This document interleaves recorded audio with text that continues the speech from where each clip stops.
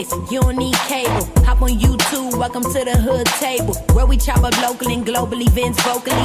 You don't really wanna miss out on these conversations. Just joke a little, laugh a little, get that wine in your system, fill your glass a little. Expose current events, talk trash a little. You never know, these opinions might clash a little. They addicted to the content, got them binge watching. You don't like it, then you want invited. Bet your friends watching in the house and your job parking lot before you clocking. They don't wanna miss a second of this HD content. Everybody think they got something to say, so it's an open invitation, bring it to the table. But if you come whack, just know we ain't buying in. We gon' probably turn your back and tell you sorry, try again.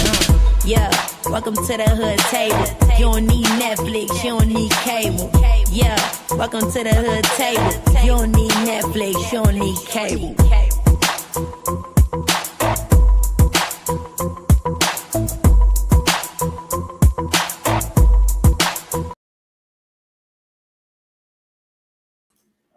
Hey everybody, what's up, what's happening? Welcome back to the chat. We are back one more again. We still on this Diddy case, this Diddy trial. We have been following it very closely and keeping you guys updated on the haps and also reading through the transcripts all together, okay? Y'all know I wait till I get off of work, gather those transcripts, then I come sit down and talk to you guys live so that we can go through the transcripts together. And I will like to say, first of all, we were absolutely right, chat, yesterday, weren't we? When we were trying to figure out why Garcia wanted to get immunity. He is like the second person so far who took who evoked his Fifth Amendment rights and requested immunity in order to testify against Diddy. Now, I wouldn't call it necessarily testifying against him because he was doing some shit too. So he basically testifying against all they asses, right? Everybody in Diddy's camp and associates seem to either be willing to do anything for clout or anything for pay. But what I won't say is some of the people that he's been involved with were willing to, or should I say, you know, when it comes to like Maya, a lot of people was trying to, you know, condemn her yesterday, including Diddy's attorney. Everybody was talking about it, the press, the news. You know how he basically, the way he treated her up there on the trial, basically badgering the witness, trying to make her look bad, look like she's a liar, trying to get her impeached because of things that I truly believe really happened to her that she did not want to happen to her. I still truly believe that. Just like with Cassie, I still believe like, and Capricorn and a lot of the other ones, I do believe that they were put in situations where they fear for their life. They tried to escape. Diddy would hunt them down, drag them back, beat them, you know, different things like that. I believe there's a lot of people who were willing to do a lot of things for him to make him happy. And then there was people who was doing things out of fear. Okay, I do believe that. And I really don't like the way that Maya was treated yesterday. I hope that does not stop a lot of victims from coming forward, especially when it comes to these big moguls, these celebrities, superstars.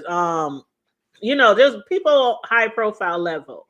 They don't even have to be in the entertainment world. They could be somebody at your damn job, the president of a bank, or you know what I'm saying? It could be anybody, but somebody who is higher up than you, has a much bigger bank account than you, willing to pay hush money to keep shit silent like he did with that video that we're going to discuss today. All right. So y'all come on in and make sure y'all like and share the video, please. And thank you so kindly. If you happen to be new here, please make sure you subscribe and also hit that notification bell. And feel free to donate to the chat or donate to for the commentary. I have my goal set up as usual. So feel free to send a super chat or a cash app to $the hood table 402 for this content. Okay. And the commentary. All right. Hey, Sugar Mama. what's up? How you doing? You said I was waiting on you. You know what? I had to comment in the chat to tell y'all I was coming because I had a Home Depot a couple of Home Depot packages to be delivered, and they said it was supposed to be delivered between 3:45 and 5:45, and I saw on the map that they were close, so I didn't want to have to get off the live and go open the door and grab my packages and then have y'all waiting. So I figured I just show up a little late. But yes, so thanks for being patient and waiting for me. You said I believe her too. Everyone's singing. Yes, everybody's singing, child. They singing the same song on the same accord, the same notes. All right. Same script, just a different day. All right. So, just a little recapity cap. All right. So, yesterday, we already know, like I was just saying, Diddy's defense accused, they were accused, Brian Steele was the attorney.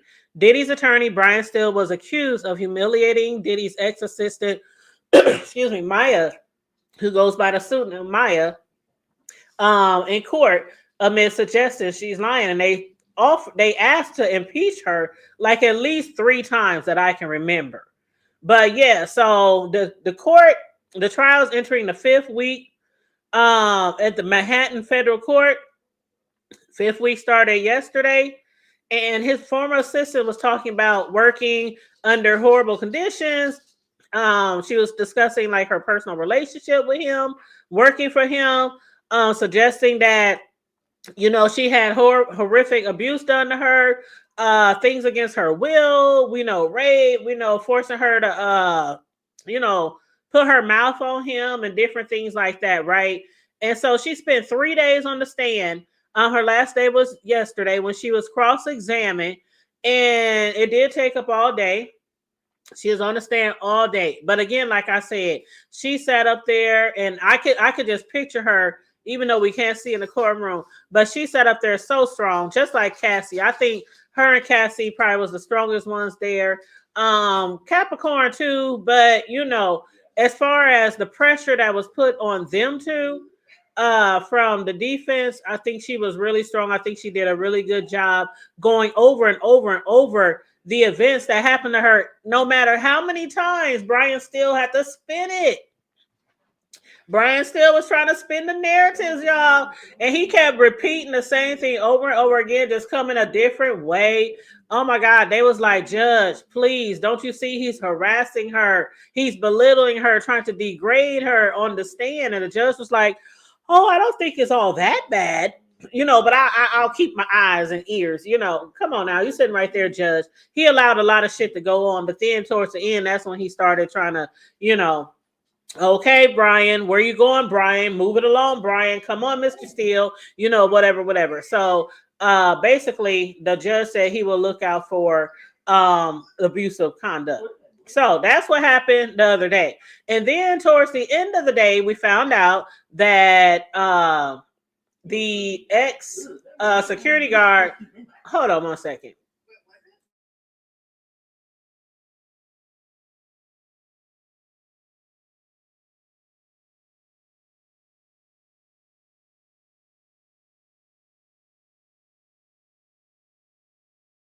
All right, sorry about that. I had to talk to my son real quick. Sidebar, like they were saying in court. Sidebar. We had to have a sidebar. Yeah. But anyway, whatever. Quit trying to interrupt my show. Yeah, sidebar, nothing. She just don't want y'all to hear me, Hood Table.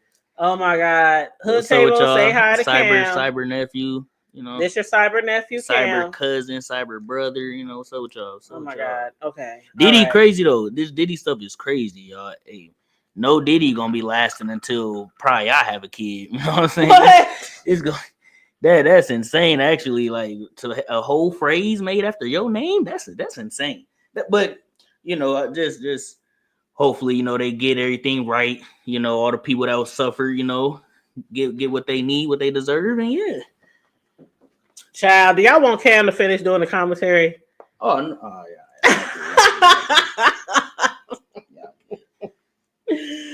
All right, so you got any more to add? We'll have our show here and there soon. I know we're supposed to have been started our show.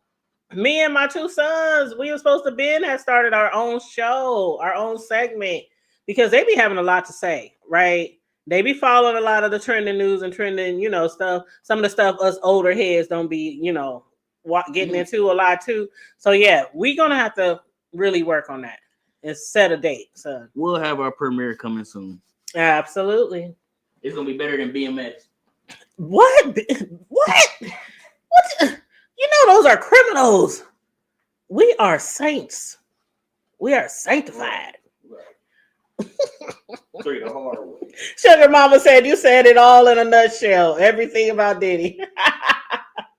Y'all, he about to go on a date with his girl. They about to go out for drinks and eat.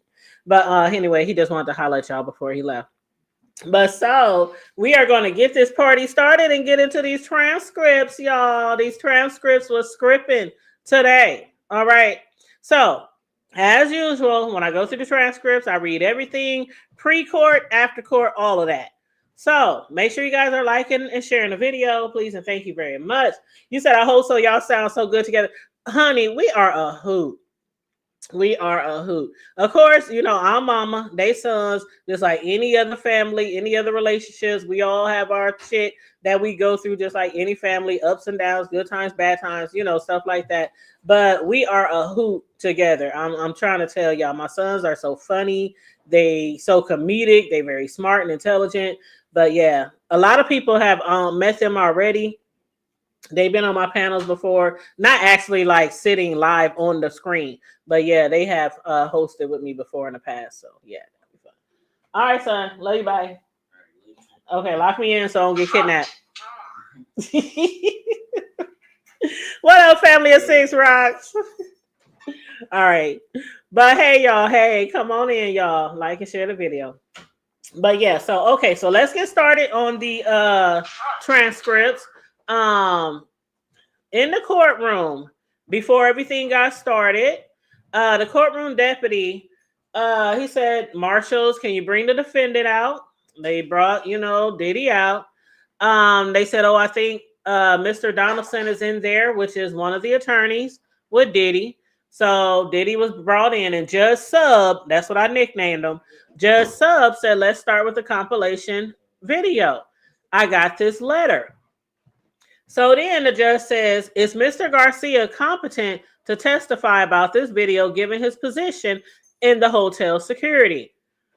The government attorney Steiner said, "I have not really asking him about that aspect, or I'm not really asking him about that aspect." The judge says, "We are not using the correct cell phone video, so this could get in under the rules." Now, Diddy's attorney Garego said the way the video is cut makes it appear that Diddy came right after Cassie, and he didn't. The government attorney said, "I'd like to address the timestamps on the security video. They are routinely inaccurate."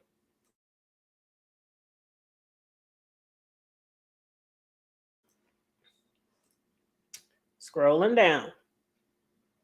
Then the judge says the defense concern could be allayed by inserting breaks between the clips.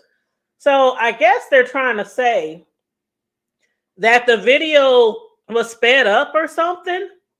That's what they're trying to make it seem like. Like when Cassie, because in the video that we saw, Cassie literally came to the elevator, right? She bent down. Remember, she didn't have on no shoes or nothing, no socks. She bent down, put on some socks, was trying to put on some shoes or put something on her feet. And it literally seemed like he came dashing around that corner right after her. So they're trying to say that the timestamps on the cell phone recording, because of course, the cell phone recording is the only thing that we have now, because the other recording was sold to Diddy. Well, Diddy bought it, or you know what I'm saying.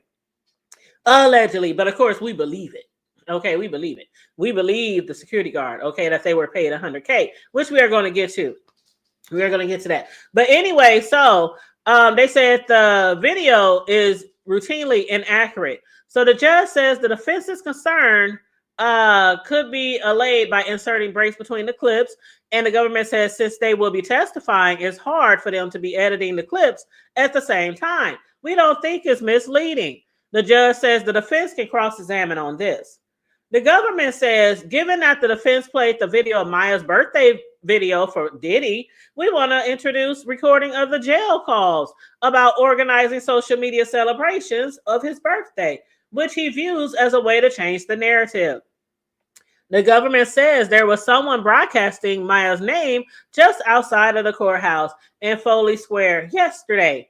We'd asked, and then from the back of the courtroom, this is y'all, when I saw this on the damn internet. Y'all, did y'all see that on the internet? What up, Sunshine? What up, 400? How you doing, boo? Did y'all see on the internet? They said somebody was thrown out of court today for screaming out loud in the middle of court. Well, it was at the beginning of court, but still. That everybody is laughing at you, Diddy. I saw that on social media. I was like, nah, that didn't happen. That didn't happen, but it's in the transcripts, y'all. It's in the transcripts. The scripts is scripting, okay? But they said, right in the middle of that, from the back of the courtroom, somebody screamed. There was a lady. And she said, Diddy, they're coming after you. Those motherfuckers. They are laughing at you and some other explicit shit, right? So the court security officers escorted that person out. The judge continued. The video timestamps, how long is it? If 40 minutes, it would be a good 403 argument. Diddy's attorney, Agnafilo, said this could be an easy fix, but the witness on this will be on the stand in 2 hours. And that was Ferguson, by the way, that they're referring to. He'll be on after Garcia. So the judge says, where does he live? New York? And they said he lives in Florida. The judge says, bring in the jury, all rise. The jurors, they come in. The judge says, jurors, there are some scheduling modifications, including that on June 11th, we will not start until 1 p.m. Also, June 5th, from 11 to 4, and June 20th, the day after Juneteenth, we'll stop at 11. At 1. So it really does seem like they might be going to July 4th, as they, said, even though that seems like a very far away. It's only June 3rd. So they talking like we still got a whole month to go. So the judge says, call your next witness. And that witness, of course, is the infamous security guard, Eddie Garcia, y'all, at the Intercontinental Hotel where Cassie got beat by Diddy. And the whole world saw it. The whole world saw it. So the government calls Eddie Garcia. Where do you work? Or where did you work, sir, on the day in question? The Intercontinental Hotel. I was told there was an incident involving Diddy. Did you see him there? Diddy's attorney says, we stipulate, so still we'll be doing a cross. The government says, let me show you your sign-in sheet for that day. Garcia says, yes, I signed that. Week ending March 10th, 2016. That was, his time sheet. And the government says, could you monitor all the cameras? Not all of them, but more than one at a time. Would you be required to check the monitors?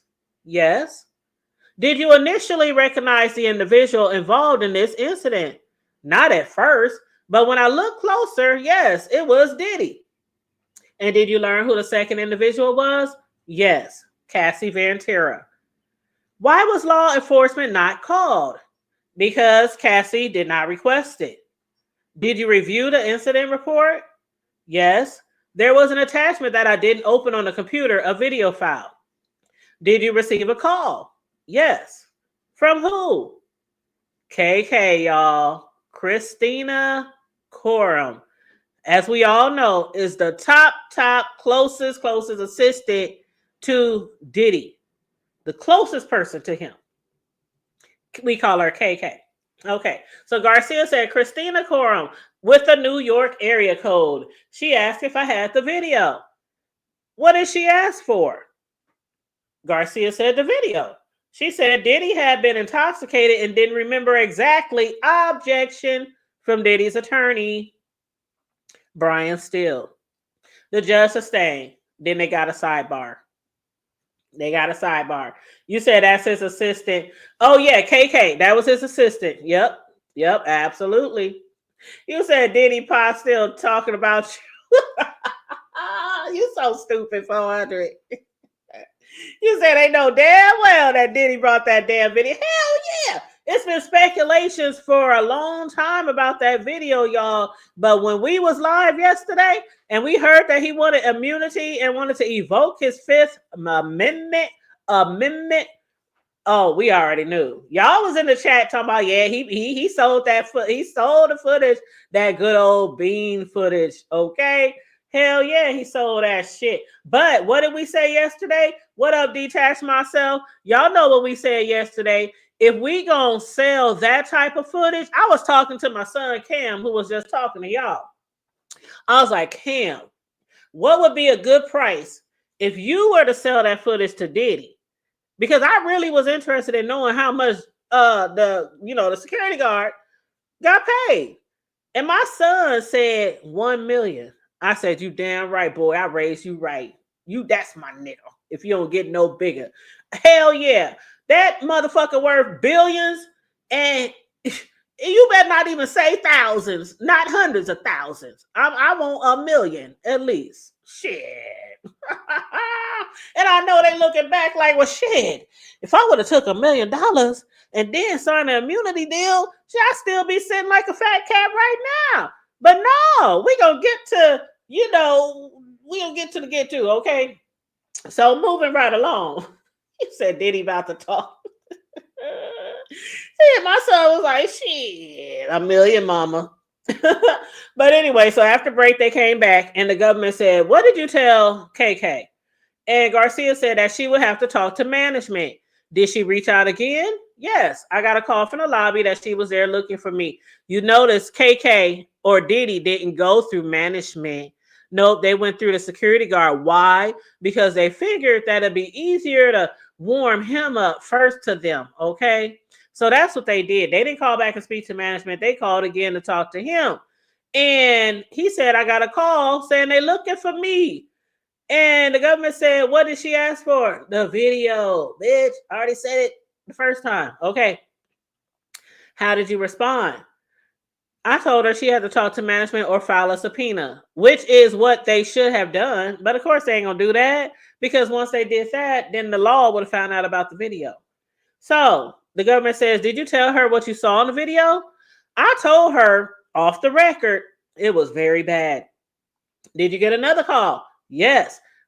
3 times they tried to contact him. Yes, from a New York area code. And it was KK. She put someone else on the phone. Who was it? It was Diddy. He asked, do you know who I am? And the government said, what did you say? I said yes. He asked for the video, said he had been intoxicated. I told him I can't give you the video. How did he sound? He was talking real fast. He was stuttering. He was sounding nervous. Did you email management? Yes, I did.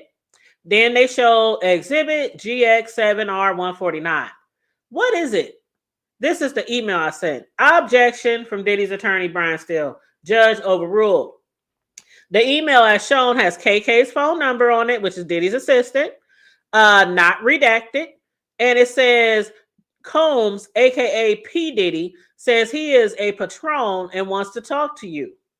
The government said, did you get more calls from Miss KK? Yes, on my personal number. They had his personal number, y'all. Child, if Diddy or somebody get my personal number, I know it's something going on. Okay, who you got stalking me? But they said, how did you react when they called you on your personal number? That was like the 4th time they called him. He said, I was nervous. He said, KK passed the phone to Diddy again. And what did he say? He said that I sounded like a good guy, that he could help me, that something like this could ruin him. So if I scratch your back, I scratch yours. You can use something from me. I need something from you. He wanted the video. He said if it got out, it would ruin his career. Where we at now? He was right about that. Garcia went on to say, I said I didn't have access to the server. He told me he believed I could make it happen and he would take care of me. And what did you think he meant? Money for the video. And what did you do? I reached out to my supervisor about it. Mm-hmm. Thank you for the super chat. You said, who say my name, Diddy? Did he do it? Did he do it? Yes, he did. Amelia front, sunshine up. Don't play. Don't play. I'm so serious. A milli at least. I want to pay off all my debts, college, loans, mortgage, car payments. Shit, put up money for my kids and grandkids. I want to be set like your ass. Even though I'm not going to be set like your ass, but I'll be set the hood way. I'll be hood rich. Okay? I'll be hood rich. For sure. But yeah, so he said I reached out to my supervisor about it. The government says, who was your supervisor? He said, Bill Madrano. They telling everything, y'all. This court trial is so juicy because they telling it all. They telling everything. And he said, Bill, my supervisor name is Bill. And he told me he would do it for 50. Imagine going to your job and your supervisor, you tell them, this celebrity said if we give them this tape, they give us some money. Do you think your supervisor where you work right now would say, okay, tell them give us 50,000? I don't think my supervisor would do it. They seem too clean cut, like they don't want to be involved with the law at all. I don't know. I think these people that we dealing with at this hotel might have a past, if you know what I mean, a shady past, because that was just too easy. They reached out to Garcia like 4 or 5, 11 times.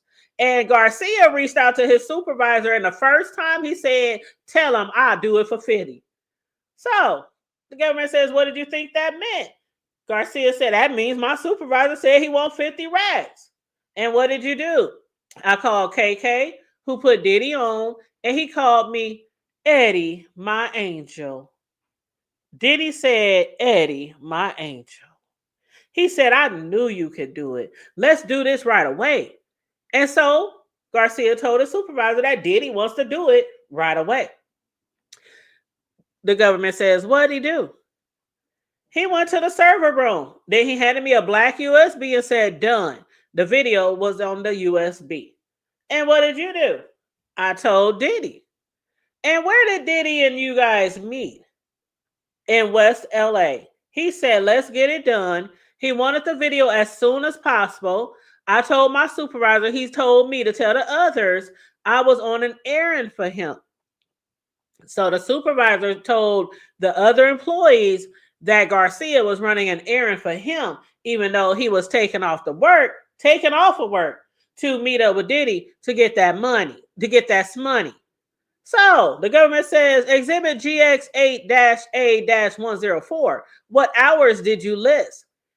10 to 1800. So even though he was not at work, he put his regular whole shift on his time card. Ain't that time card fraud? Remember, he said, I want immunity. I don't want to face any prosecution for anything that I say on this court stand in front of the jury. So yeah. The government says, where was the meeting point? It was at a big high-rise building. I called the number and someone came and said he was Diddy's bodyguard. And how did he look? He was an older African-American, heavy-set, 6'3" to 6'5". And he said, Diddy said it had to be the only copy, nothing in the cloud. And I said that my supervisor said it was the only copy. He took it off the server. And what else did he say? Diddy said that if Cassie filed a complaint, I could get in trouble. Now, listen to that part. Diddy said if Cassie called to file a complaint to the hotel, then he can get in trouble. You know why he said that? Because he had already took the video off the computer. They had already took it off the computer. They were already concealing a crime. So Diddy told them, if Cassie was to call your job and file a complaint, y'all would be fucked. Because the first thing y'all should have done was call the police and report that somebody got assaulted. I mean, she got dog walked, monkey stomped, mollywopped, dragged up and down the hallways by her hair. And y'all didn't call the police. And y'all, a hotel, y'all supposed to report any type of incident like that. So yeah, he told them if Cassie called to file a report, y'all be in trouble. He also said, child. Garcia said, Diddy said, don't worry, Cassie wants it gone too. So Diddy called Cassie on FaceTime and he showed Cassie to Garcia. Diddy was on his phone. He called Cassie on FaceTime and showed his phone to Garcia.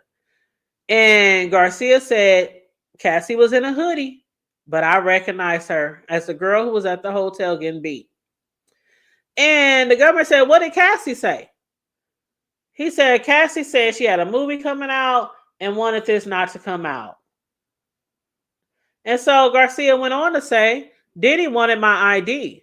And he wanted the ID of my supervisor, my responding officer, Mr. Flores, too. Diddy wanted the ID of Garcia, the security guard. He wanted the ID of the security guard's boss or supervisor.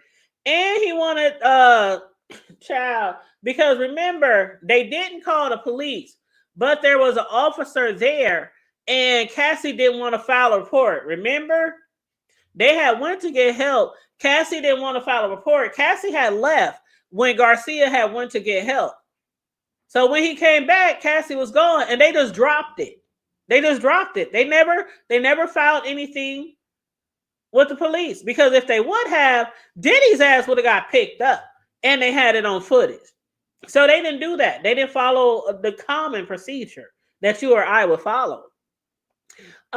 He also said that Diddy said he is a very straight guy. Oh, he talking about the Mr. Flores, and said, but he is a very straight guy and probably wouldn't do it. And so he told his supervisor. Garcia told his supervisor. And the government said, and what did your supervisor say? He said, we get Henry Elias, the other responding officer. So instead of the main responding officer, who Diddy thought was a very straight up and down guy who probably wouldn't do it, they said Garcia and his supervisor scheming. They talking about, oh, we'll just get another responding officer. Child. So Garcia says when Diddy saw the IDs, he looked at Henry and said, yeah, that's him. Diddy didn't even know that wasn't even the right one, the right responding officer. He just looked, why did he say they all look alike? You know how they do us? They do that with the Mexicans. Damn, they do that with everybody except white people. White people do not look alike. I think they are the only ones, no shade, no tea to my white, supporters. But y'all should like that y'all don't look like. Anyway, they just gave him another responding officer's ID. And so then Diddy brought out the NDAs that he wouldn't speak about. The government says Exhibit GXC-106. Do you recognize this? Garcia said, it states I have provided the only copy of the video. The government said, did you read the NDA? Nope. I was nervous. Were you given a copy? Nope. How you sign an NDA and you ain't even get no copy? This fool just wanted to get out of there. He was like, this is Diddy. He's huge. He's rich. He got bodyguards, security guards. This man wants this tape. You know what probably was going through their head? Because what would be going through my head too? And I don't even know Diddy to be all hardcore and thug and all that. I go by what we hear, what we hear on the streets, social media and shit like that. But anybody with that much to lose, I would think they would probably do anything to make it go away. So I probably would have been nervous too. But he was like, nope, I didn't read shit. I don't know what it said. He said, but do you know what the liquidated damages would have been? Garcia did know that part. He said $1 million. If he would have talked, or if he would have showed the video to anybody else after telling Diddy this is the only copy, Diddy said he would owe him $1 million. The attorney said, how much were you making at that time? Garcia said $10.50 an hour. That's not a lot for a security guard, huh? At a hotel? That ain't shit. Yes, the 2 security guards. Not only them, sugar mama, we gonna get to it. It was more than 2 people who split the money, but we gonna get to it. And so he said he only made $10.50 an hour. The government said, then what? Garcia says, did he put cash through the money counter? There was stacks of 10,000s at a time. The money machine displayed at the end, 100. This nigga had like a money machine, like a drug dealer, dog. He had a money machine like a drug dealer. It was like flip, flip, flip, flip, flip, flip. You know how it makes that sound when the money be flipping through? And he said it was stacks of 10,000 at a time. He just put it in there. And he said at the end, it totaled $100,000. So the government says, why an additional 50,000? Because he told y'all, or y'all told him, or your supervisor should say, told Diddy 50K. Garcia said 50 for me, and what he thought was Israel Flores. Now, remember, let me catch y'all up, right? Because some of y'all might be a little confused, especially if you ain't been paying close attention to this trial.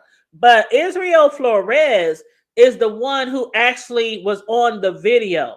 That's the security guard who was on the video trying to protect Cassie. And I don't want to say protect, but just trying to keep them apart. Garcia, the dude on the stand, that security guard, when he found out what was going on at work, because you know the shit gets around at work, right? All the chit chatter and the gossip. When he found out, he was like, oh, hell no. Remember, he said, my wife won't believe this shit. That's what Israel said. And you know what the other security guard, Garcia, did? He took out his cell phone and he recorded it off the screen. That's what had happened. That's what had happened. So Israel Flores, that's the one who was on the video. Remember, we heard from him the first time around and we saw the video footage. Like, I showed y'all the whole footage. Maybe I'll upload it again. But matter of fact, I got it on my video uploads already. So I got, even though it ain't monetized because of what happened, you know, YouTube don't want to monetize shit. But basically, one of the security guards was there and the other security guard actually had the copy on his cell phone. That's how the video got out. Because Diddy was sold the copy on the drive. The way the video got out was by the other security guard who recorded. He stood in front of the computer, stood in front of the TV monitor or security monitor and recorded it on his cell phone. And if you look at the video footage on that video, you can tell it's not the security footage. You can tell the way the phone is angled at the computer or the TV monitor, and you could tell how fuzzy it's not like really clear. You could tell that somebody was recording it with a cell phone. And I have to admit, I did that before. One time I was covering something happened at, it was a gas station. One of my friends, or one of my associates, I should say, her daughter got into it with some people at a gas station, and it was a whole bunch of girls who came down there in a car and they was jumping her daughter. And so she posted the video footage on Facebook of the actual security video, and I just put my cell phone in front of it and was recording. That was a long time ago, before I was really into, you know, blogging and all that shit. I was being ghetto. But yeah, that's what I did. But he had a whole money machine. Well, he is worth billions. The brother probably he be making it rain on them prostitutes and at them the parties that he be throwing, the freak off. So he probably be having money machines just making that shit rain, the money all wet with baby oil and shit. Child, let me stop. So anyway, so he said it was 50,000 for me and what he thought was for Israel Flores. And let me take a sip of water.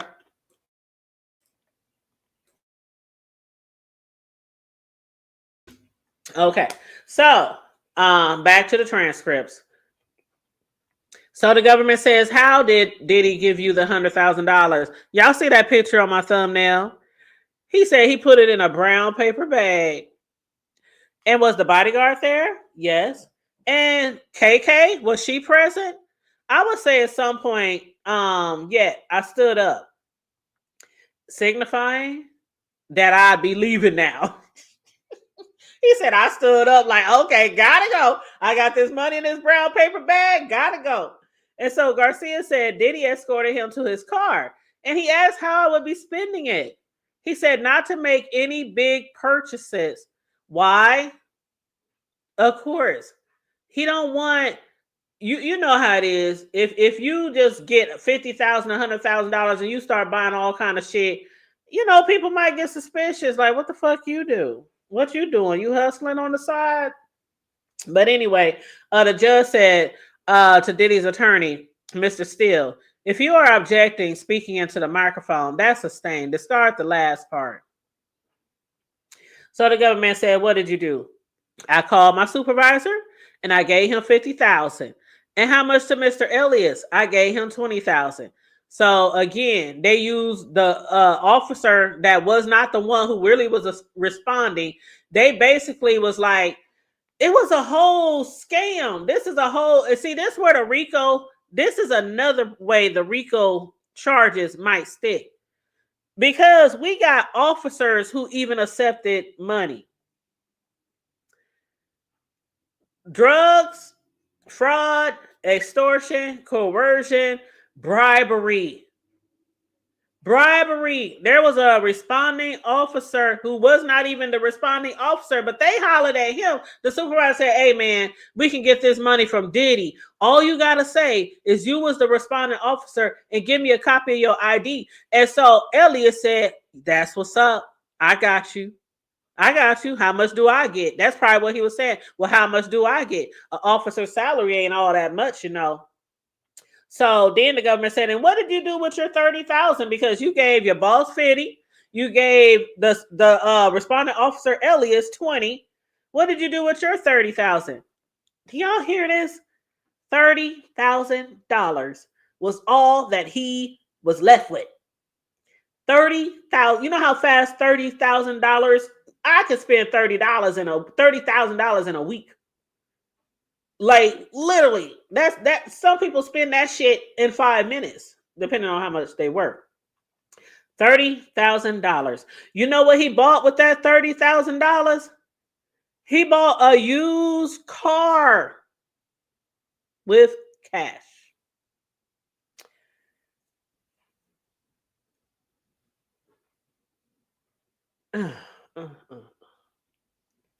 Man, this guy. When I think about it again, maybe he not from the street. Because I thought maybe, you know, they might, you know, they doing this illegal shit. They might have some crazy past.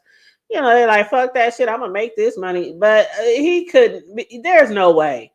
There's no way I would have sold that tape for $30,000 because that's all he got. And he bought a used car. And then he told him, don't you spend all that. You know how you get kids some money. Don't you spend all that money in one place. Put some up for a rainy day. What's to put up with $30,000? And where do they live? Like it ain't cheap where they live. Shit, it's expensive to live out there on the West. But anyway, what's up, Mary Carey? Hey, how you doing, love? How you doing? You said, wait, what happened? Did they stop her live? My live stopped? You said baby oil stock that went up. Oh, Lord.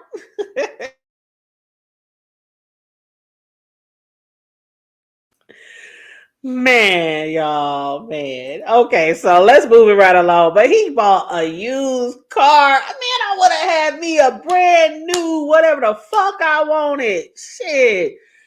But then I probably would have ended up court just like them as well. And I would have also asked for immunity. And whatever money I had left over from the million I would have got from Diddy, I would have still had some left, and y'all can't take my change either. Shit. But anyway, so the government said, "Did you hear from Diddy again?"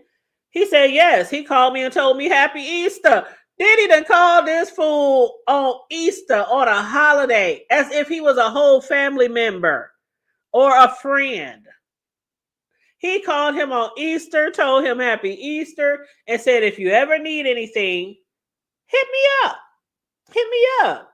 And so the government said, "And did you reach out to him later?" Check this out, y'all.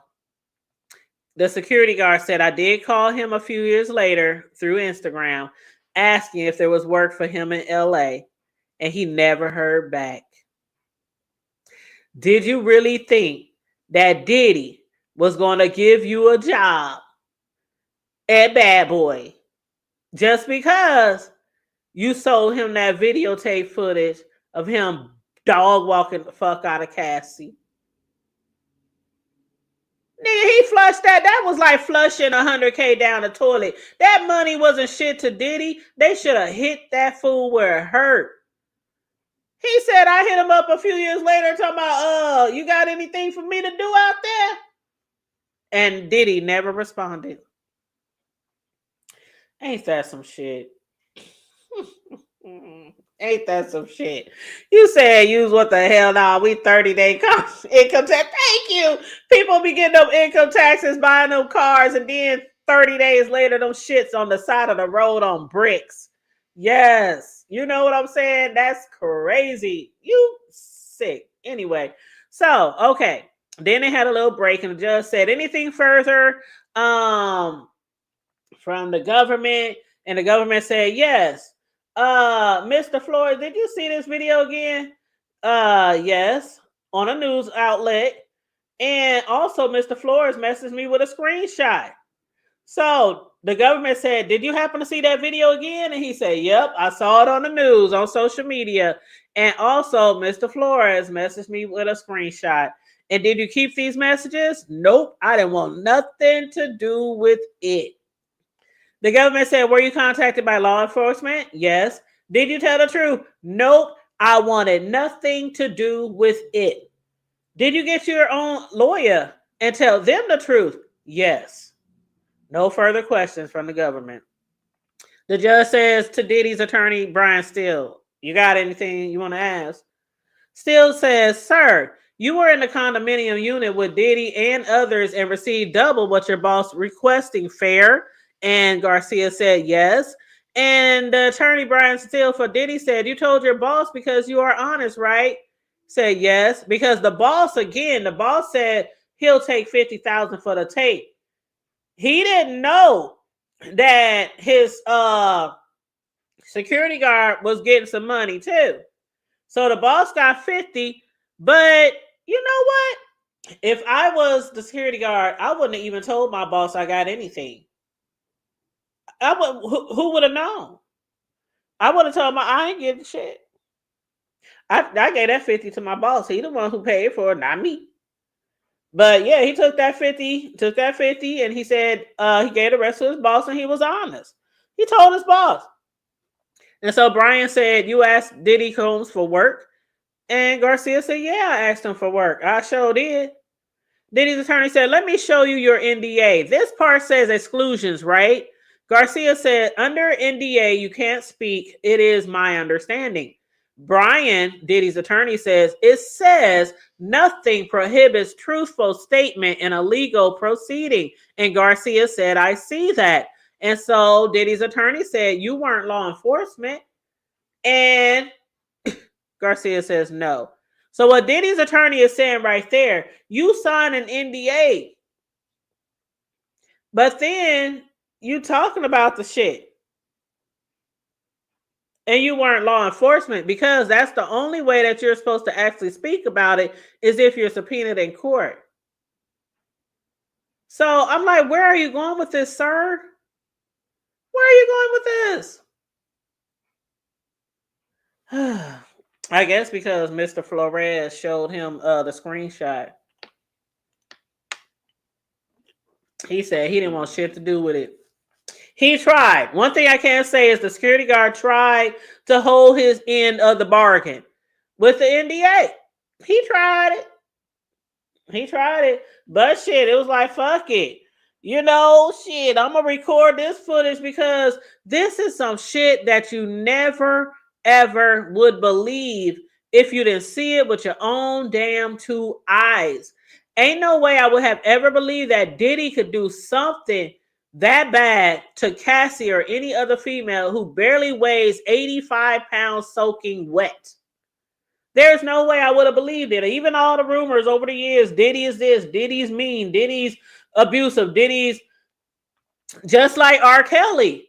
There was no way, even with all the, okay, I already knew the shit was true about him sleeping with young girls. Everybody knew that shit. Hell, he married Aaliyah when she was 15, right? But if you would have told me R. Kelly pissed on some teenage girl, which he did, and the video went all around the hood, and we was watching that shit in the projects and the bricks when that shit came out. Like, I would have never believed it unless I saw it. So it's one of those things. I would have recorded the shit too.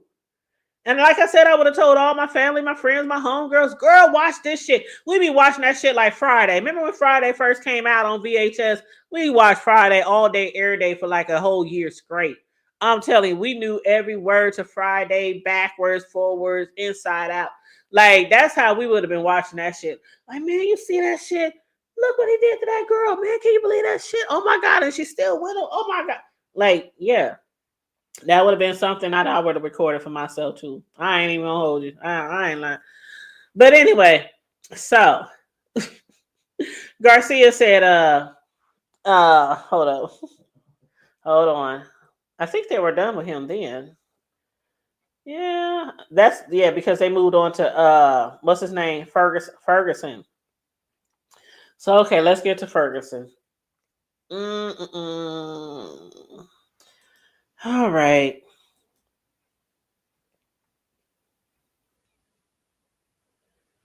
One second.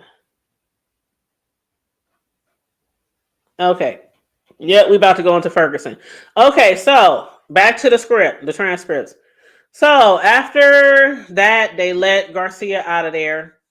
Of course, he's not facing any prosecution for anything he said or did because of the immunity deal. The judge sub says, bring our jury back. All rise. The government said, I'm going to enter a stipulation into evidence. During a search at Miami Airport, law enforcement seized 2 cell phones from KK, which is Diddy's assistant. The government says, publish that for the jury. It says 24 contacts, including Eddie, my angel. Remember, Diddy called the security guard Eddie, my angel. So he had his ass saved in the phone as Eddie, my angel. And it was 24 contacts. And so it actually said, y'all, not just Eddie, my angel, it said Eddie, my angel, friend, intercontinental. So Eddie, the security guard, was saved in Diddy's phone as Eddie, my angel friend, intercontinental, because Intercontinental was the name of the hotel where he beat Cassie. And there was also a photo of the IDs. Proof of the bribery. He still had their IDs on the phone. And those were KK's phones, his assistant. So the government says, we are also entering into evidence records from Signature Bank. The judge says, any objections? Diddy's defense says no. The government said, with that, the government calls Derek Ferguson. How do you know Diddy? I worked from him from 1998 to 2017. And what was your role as CFO? And how were your bonuses determined? Company results and my performance. Were you responsible for managing Diddy's personal finances? Yes, at times during my tenure. And who was your supervisor? Sometimes to Diddy himself. How often did you interact with Diddy? A couple of times a week. Later, he became more of a chairman. And how did you communicate with him? Back then by pagers. And who is this? That's Uncle Paulie. That's Paul. And who are these individuals? That's Roger Bonds and D-Rock, Diddy's other security. And he said they were all security. And what was Diddy's, was Diddy it says, was Diddy the sole owner. There's some typos in there. Ferguson said yes, 100% of Bad Boy Productions and Films. And what was Diddy's role? Creative and marketing. Did you have some ventures as a partner, or did some ventures have partners? And he said Bad Boy Records with Arista, also with Warner. Sean John Clothing had a partner. And what were the profits? Very profitable. And how was Diddy paid? Sometimes salary, sometimes distributions from the companies. And what is a distribution? If solely owned or passed through like S Corp, the owner determines to draw down. And did each have a bank account? Yes. And could you sign on the contract? Y'all, this is about to get good. Can you sign on the accounts? Yes. And which bank did the Combs companies use? Citibank, HSBC, and Signature Bank. And what is this one? Janice Combs Music Inc. It furnished his name and likeness. Janice Combs Music Inc. And Mr. Ferguson, are these your initials in section 4? Yes.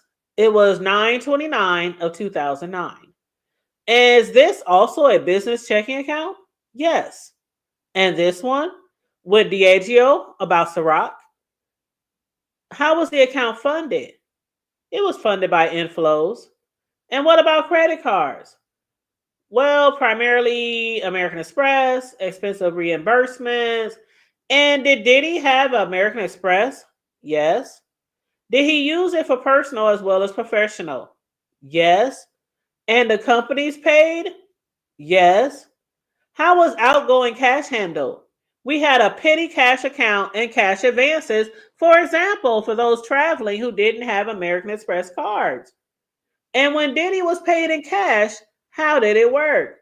We'd match it if it was a contract. Wonder where they're going with this. You said big dummy. Let me take a sip. So he said we match it if it was a contract. The attorney government goes on. Were you aware of Diddy's security staff carrying cash for him? I was not aware of that. And when you were responsible for his personal finances, what did you do? Budget for the year. What about properties? Inflows and outflows.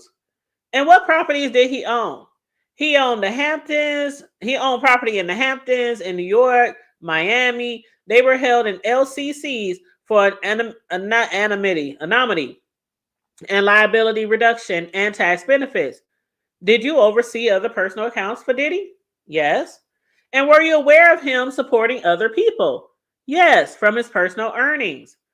The government says, Your Honor, this might be a good place for us to take a break. The judge says, how much more with this witness? The government says 20 minutes, we think. And Jane, don't forget, y'all, we got another Jane Doe. Her interview is going to be starting tomorrow, and they expect it to last 2 days, especially with the cross-examination. The judge says, so only Mr. Ferguson today? And the government says yes. And if Mr. Agnifilo Cross goes long, may we stay late? The judge says, okay. So they take a break. Then when they come back in, Diddy's least used lawyer, or the one that hasn't spoke too much in the courtroom, his name is Jason Driscoll. He says, this exhibit is full of hearsay. The judge says, I have the gist. Mrs. Foster, which is the government attorney, are you saying none of this is for the truth of the matter asserted? The government Foster says, yes, this is not excludable hearsay. So, the judge says the objection is overruled. How are we doing on the compilation video? The defense said we still object. The judge says, but the compilation is put together. Yes? The government says we would like some material to be taken down in other relief. They brought the witness back in, Ferguson. Then the jury enters. The government says, Mr. Ferguson, before the break, we were discussing these bank records. What is 207 Anderson LLC? Ferguson said, Mr. Combs' property in Alpine, New Jersey. And what is the mailing address? 17 B Way. What are these internal transfers? Ferguson says 190,000, 575,000, and 100,000.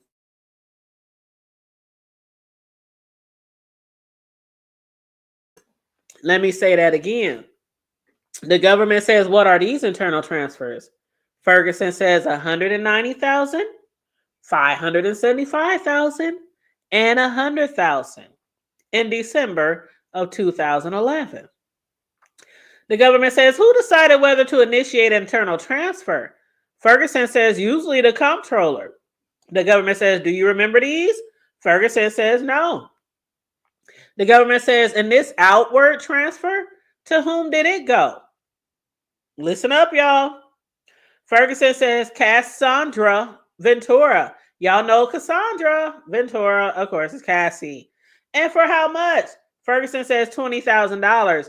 And this one coming back in, Ferguson says Roderick Ventura for $20,000. That is the extortion money. Boom. Right there. The money that he demanded Cassie's parents to give him so that he wouldn't release one of Cassie's sex tapes. He held a sex tape over Cassie and her mother and father's head and demanded they send him $20,000. Now, we heard that the first week of the trial from Cassie's mother on the stand. And then 3 days later, he sent the $20,000 back to her mama and daddy. But they had already taken a loan out on their house to pay that $20,000 because they were so scared that he was going to release that sex tape. Imagine your daughter's girlfriend calling you. You give me $20,000 and he worth millions. And we live paycheck to paycheck. Paycheck to paycheck. If somebody asked me to send them $20,000, I would have to take out a loan. Because hey, $20,000? Everybody ain't got that kind of money just sitting around in the bank. So that was the proof right there. So the $100,000 that they just talked about, we know that's from when he paid the security guards. That $20,000 coming in, going out, that was for Cassie's family. Absolutely. Absolutely. So the government says, when did you leave the CFO position? He said end of 2012, then chief growth officer for the Revolt Media and TV. The government says, after you left, how often did you communicate with Diddy? Ferguson said, he texted me in 2024. I don't remember the day. And the government says, let me show you. You know, they got everything, right? So Ferguson says, I see. The government says nothing further. The judge says, Mr. Agnifilio to Diddy's attorney, do you got something to say? So Diddy's attorney says, you grew up in the Bronx? Where did you go to high school? Ferguson says, how do you say that damn school? Stuyvesant? Stivoyance? That bougie school, okay? Agnifilio said, where did you go to business school? He went to Howard, MBA, 1990. Diddy's attorney says, then BMG Music Group? Yes, they own over 100 music labels worldwide. They own Arista, 50% of Bad Boy Records at a certain period of time. Diddy's attorney says, could Diddy then do whatever he wanted?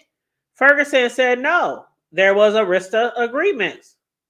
Ferguson says, coming from the Bronx, I thought he needed more companies that would hire people from the community. And I saw that in Sean John.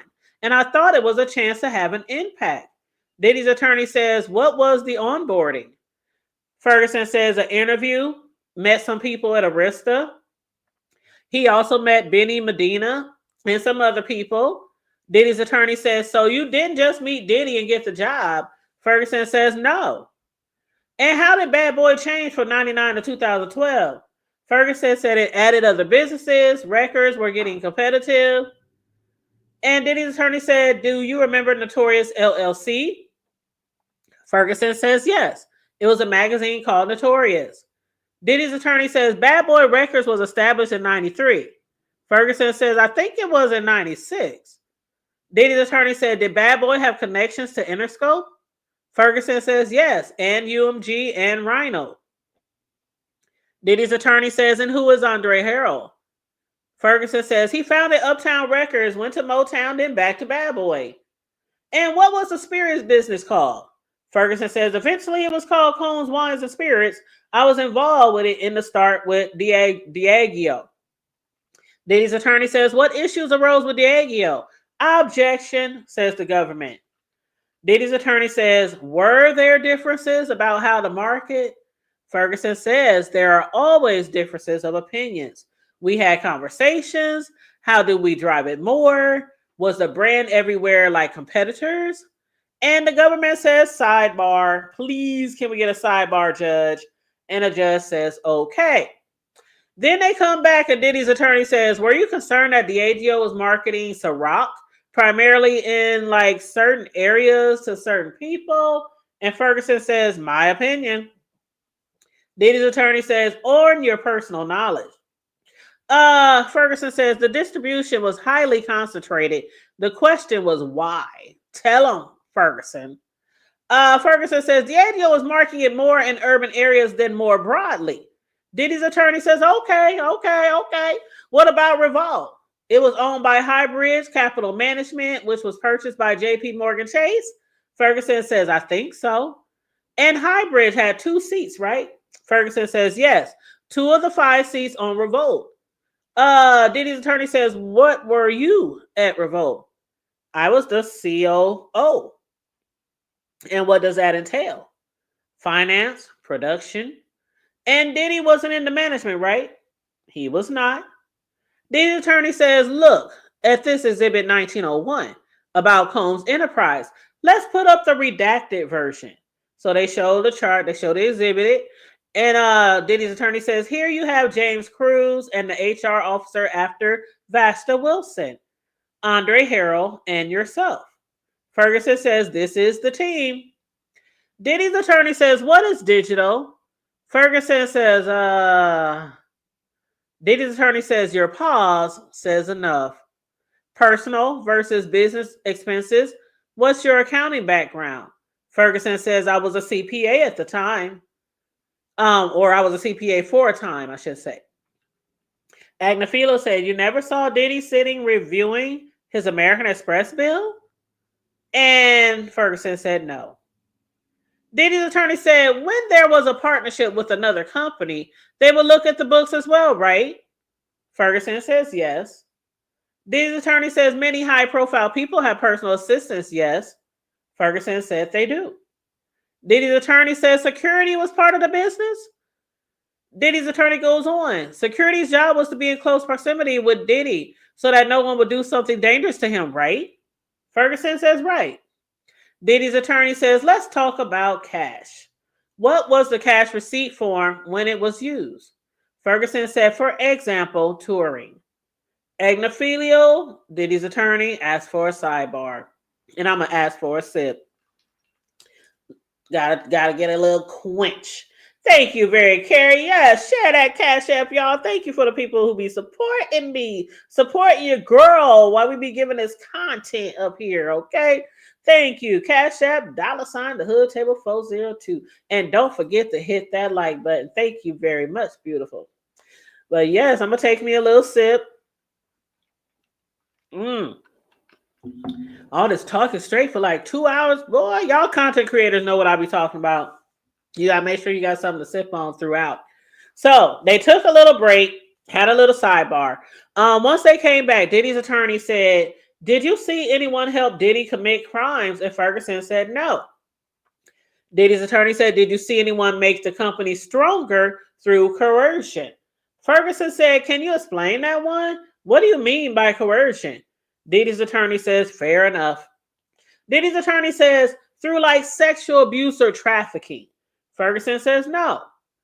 Diddy's attorney said, you were there for 19 years. How hard was it? Ferguson said, building from scratch, long hours.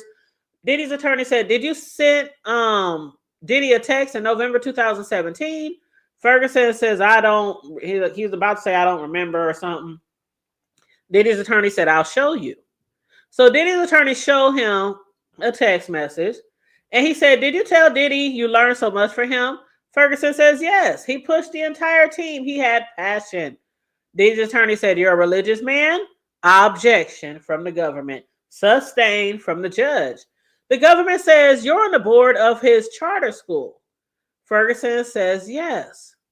Diddy's attorney says the school tries to work with at-risk children. Objection on the grounds of 403, says the government. Sustained. Let's move on. Diddy's attorney says, do you think highly of Diddy? Ferguson says, I don't know how to respond to that. The government says, sidebar, it's our turn. Judge, can we get a sidebar? And then Diddy's attorney says, nothing further. Forget the sidebar. Fuck it. Nothing further. The judge says to the government, do y'all want to redirect? So the government says to Ferguson, was Revolt Films entirely separate from Revolt TV? Ferguson says yes. The government says, who was the head of Revolt Films? Ferguson says, I don't know. The government says, did you ever stay in a hotel with Diddy? Ferguson says, no. The government says, on this organizational chart, who was the chairman? Ferguson says, Diddy. And you see also KK here? Yes. And do you see the name Maya? Ferguson says, yeah, development and acquisitions. The government says nothing further. The judge asks Diddy's attorney, do you want to recross? Diddy's attorney says, you didn't go to his home or hotel because that's his personal life, right? Objection from the government. Sustained. Diddy's attorney says nothing further, judge. So the jurors may go, all rise. That was the end of today, y'all. It was so much tea. My cup flow is over. Whoo, that was a lot. That was a lot. That was a lot. But that was it for today, y'all. Now, they did talk about tomorrow because, again, Jane Doe, number 2, is going to come in. This is going to be the second person under a pseudonym who's going to testify against Diddy assaulting her. Okay? So that's going to be tomorrow. And they presume that she'll be on the stand, let's see, tomorrow's Wednesday, at least through Friday. Maybe till Monday, but at least 2 days, especially with the cross. And I hope Brian comes a little better if he's going to be doing the cross.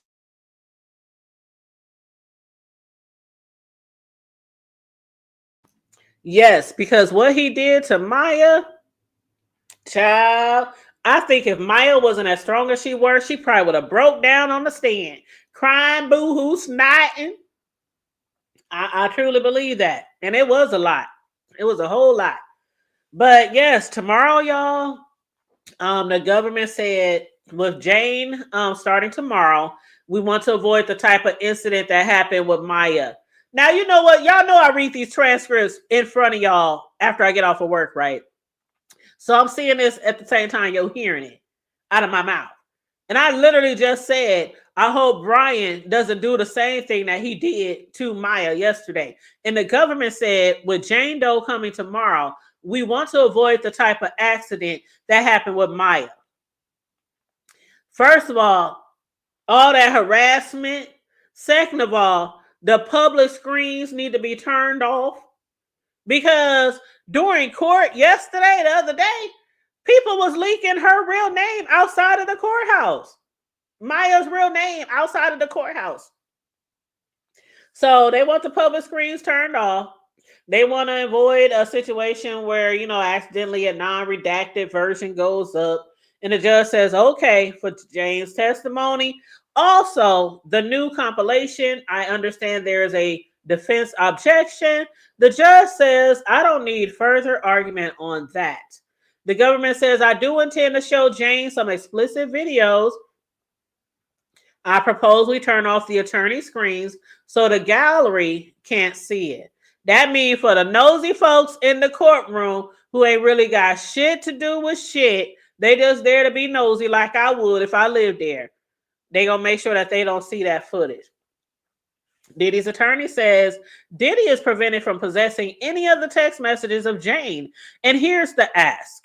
We need to meet with our client in a place with a desk with no separation to go through the text messages. The judge said, could you do it if you leave now? And Diddy's attorney says, what if we use the courtroom tonight? The judge said there would be marshals here. Diddy's attorney said, fine with us. He needs to see the text. He can only see them when he's with us. and we need more time. Remember, like last week, they were asking for more time, asking could they stay till 10 o'clock in some private room or something. But I guess that's not going to happen. So, Diddy's attorney says, fine with us. He needs to see it. We need more time without a screen between us. And they said it's a 6th Amendment issue. It's an amendment issue that Diddy be able to conversate, meet up with his attorney, which he hasn't been really able to do because they've been going so late in the courtroom. And then at nighttime, there's really no way for them. Well, put it this way. The judge of the courts have not made a way for them to meet after hours late into the evening. So, and people are arguing like it's fair. People are saying that's fair. I even think it's fair because the prosecution, they get to speak to the people who are their witnesses for months and months and months, sometimes years leading up to a court case. They get to meet with them over and over. This is what you're going to say. Okay, how are you going to say it? They're going to ask this. They're going to come with this with the cross. They're going to try to make you sound like you're a liar. That, they spend hours and hours and hours with the, witnesses. So it's fair. It's fair that he gets proper time with his defense team. I agree. Even though I don't agree with the bullshit he did, and I think he should get a lot of time in jail, I agree he also has, his 6th Amendment. So anyway, the government says these text messages were produced in Rule 16 discovery. They've had them for months. We expect the director of Jane to run to Monday, so they'll have the weekend. And the judge says the texts are sensitive. The government said there is nudity. A paralegal could sit with Diddy. So what the government is saying, if they don't have time in the evening, Jane Doe might be on there till Monday. So they got time over the weekend. The government's like, y'all make time on the weekend. Fuck you talk about. But anyway, Diddy's attorney said, we need a solution. The judge says, why does the screen prevent you? Paint a picture for me. Diddy's attorney says the screen is thick mesh. You want to see with your client and use a highlighter. And the judge says there's time in the courthouse. He tried to, you know what? The judge says there's time in the courthouse at 7 a.m. to 8:30 and after. So he trying to tell defense, get your ass up early. Get here at 7. You got an hour and a half before court starts. But the judge says for the SCIF, we need a special officer. So that's what they asked for yesterday. Remember, we was trying to figure out what the SCIF is. And that basically is a special conference room where it's a lot of privacy.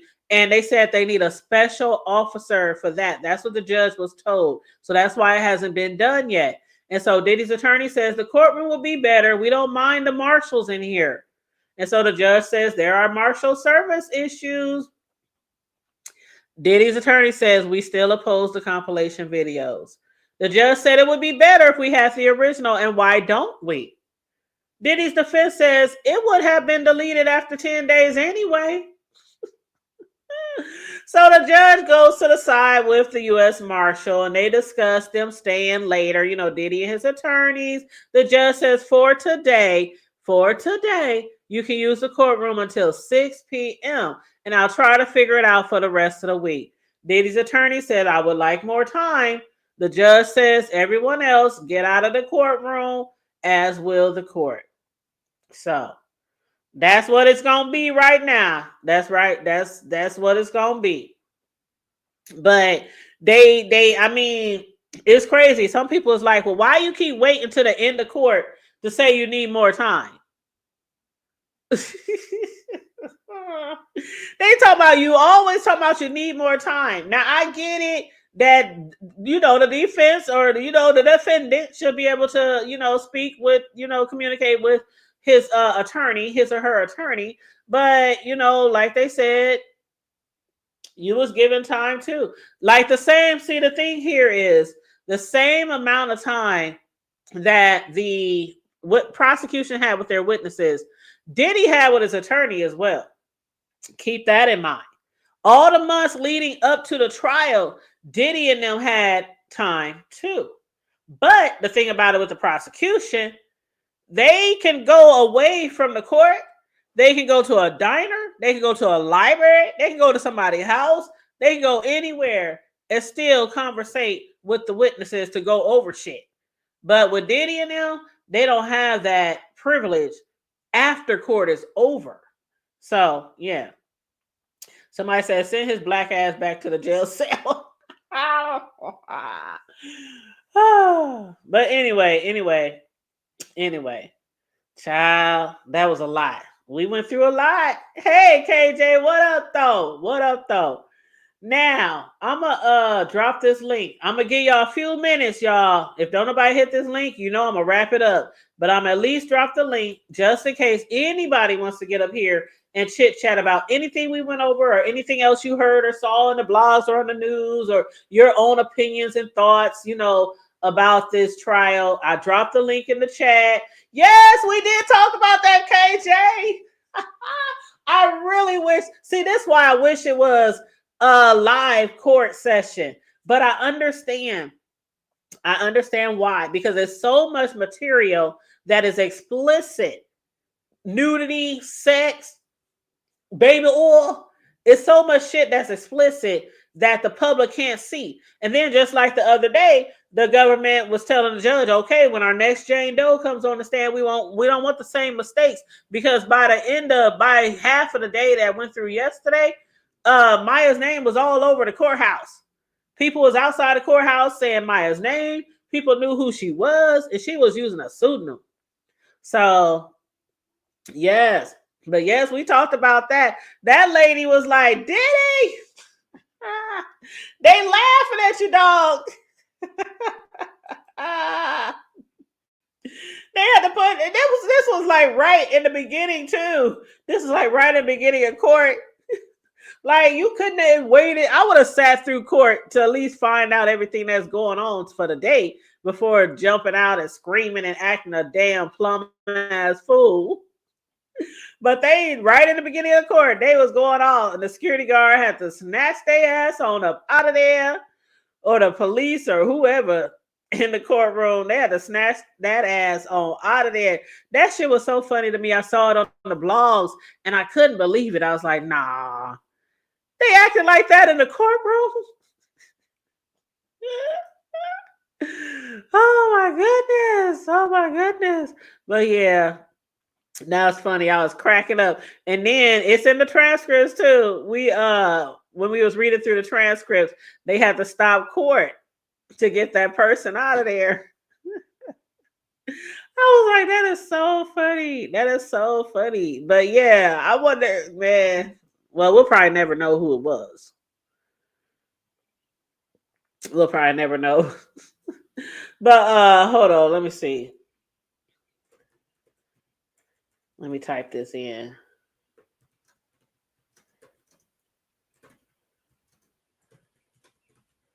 Let's see if there's anything else on here. Let's see if anybody... Okay, they said these motherfuckers are laughing at you. It's not right what they're doing. And they said the woman who had previously viewed the proceedings from an overflow... Oh, so they said it was a woman who had been there before, who had previously viewed the proceedings from an overflow room, yelled at Diddy, stating, these motherfuckers are laughing at you, and it's not right what they're doing to him, and the judge ordered her removed, and she was escorted out by law enforcement. And they said this incident occurred shortly after the jury was seated. So yeah, it was right in the beginning. Excuse me. But hold on, you said who? Oh, Maya was the one who was Diddy's assistant. She was Diddy's assistant, and she was also half owner of Revolt when he started Revolt TV. And she's also the one who alleges that he had raped her like 4, 5, 11 times. I forgot how many times. But yeah. And so that's who that is. But hold on, I think we got somebody in the back. And I want to put up my banner just to be safe until I see who it is.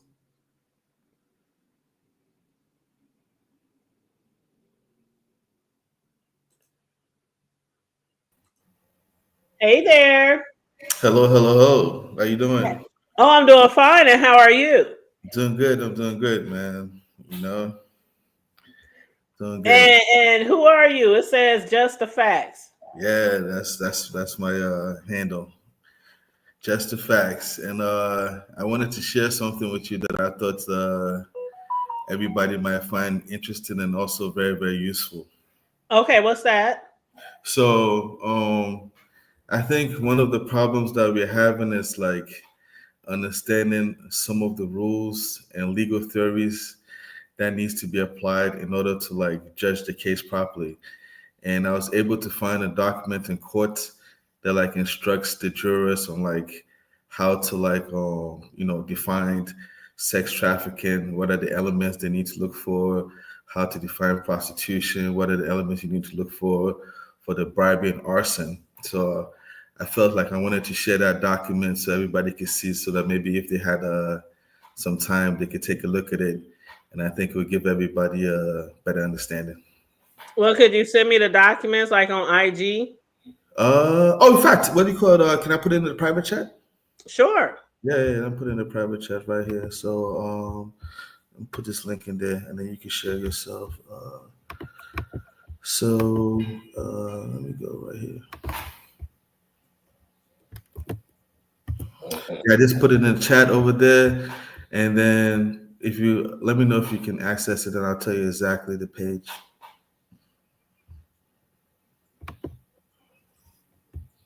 Okay, I got it up. It says USA versus Combs. Okay, so the docket number is 275. Did you see? Did you get 275? Hold on 1 second. Hold on. So 100. Where now? What up though? Where? Hey, What's going on, with man? it. hold up. We got somebody else. Going KJ. on? Hey, how are you? Hey, what's up? How you doing? I'm doing well. I never, ever joined chats, but I just couldn't resist. It was so good today. It was juicy. Yeah. I see how you laid it down though, for real. Well, this document that I'm looking at, or that you want me to look at, it says civil cases. What do I click on exactly? Okay, so are you able to open documents 275? So it should be able to you see it will say You don't go to jail over civil cases. Okay, read the case documents. you should see what do you call it? Okay, so go to read the case documents, and then from there select document number 275. Okay. All right, so we there. Okay, so does it say one of are you able to see one of 118 pages? Yep. Okay, so then scroll down to I think page 7. Okay. Page 7. And when I say page 7, I'm talking about like the page number on top, not the Right. Yeah. Okay. All right, so page 7. It says general requests. Let me see page 7. Page 7. Okay, so let's see. General request. Let me see. Page 7 should say. Okay. Let me see. Page 7. What are you guys looking at? Because page 8 starts off with the indictment. Yes. Okay. So then from there, then you just scroll down, and then you could go to after that you see the indictment, and then after the indictment, it starts with the general definitions. Request number 3, general definitions, aiding and abetting. That should be page number 10. Page number 10 of 108. Request number 3, general definitions, aiding and abetting. Okay, Yeah, here we go. No, I'm not reading on that. You see that? Yep.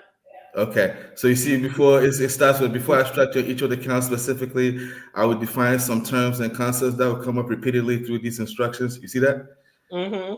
Okay, so then from there, they start defining what does it mean by knowingly, willfully, intentionally, unlawfully. And so throughout this whole document, from arson to bribery to how do you prove that there was coercion to everything you can think of, it's right over there. You know what I'm saying? Okay, I just came back in. What is the name? KG?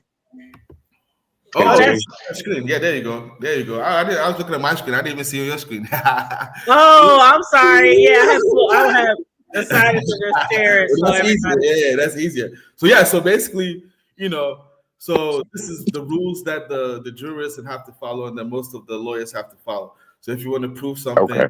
this is how you have to prove it. This and this, and this is the proper way. So it'd be like if you're doing math and stuff, there's certain rules you got to follow. Same thing in what do you call it, law. Certain rules you got to follow. And I think once everybody gets a chance to like read, I mean, I know 118 pages is a lot, but once everybody gets a chance to read it, I think it will give everybody like a better understanding. And it even breaks it down. Like for instance, when they talk about racketeering, they explain it. Okay, this is the elements you got to look for racketeering. This was there price, was there an agreement? Did they do some what do you call things in furtherance of the company? Did they try to blah blah blah blah blah? Now, is this more for the prosecution or is this more for the jury since they're the ones who are going to determine?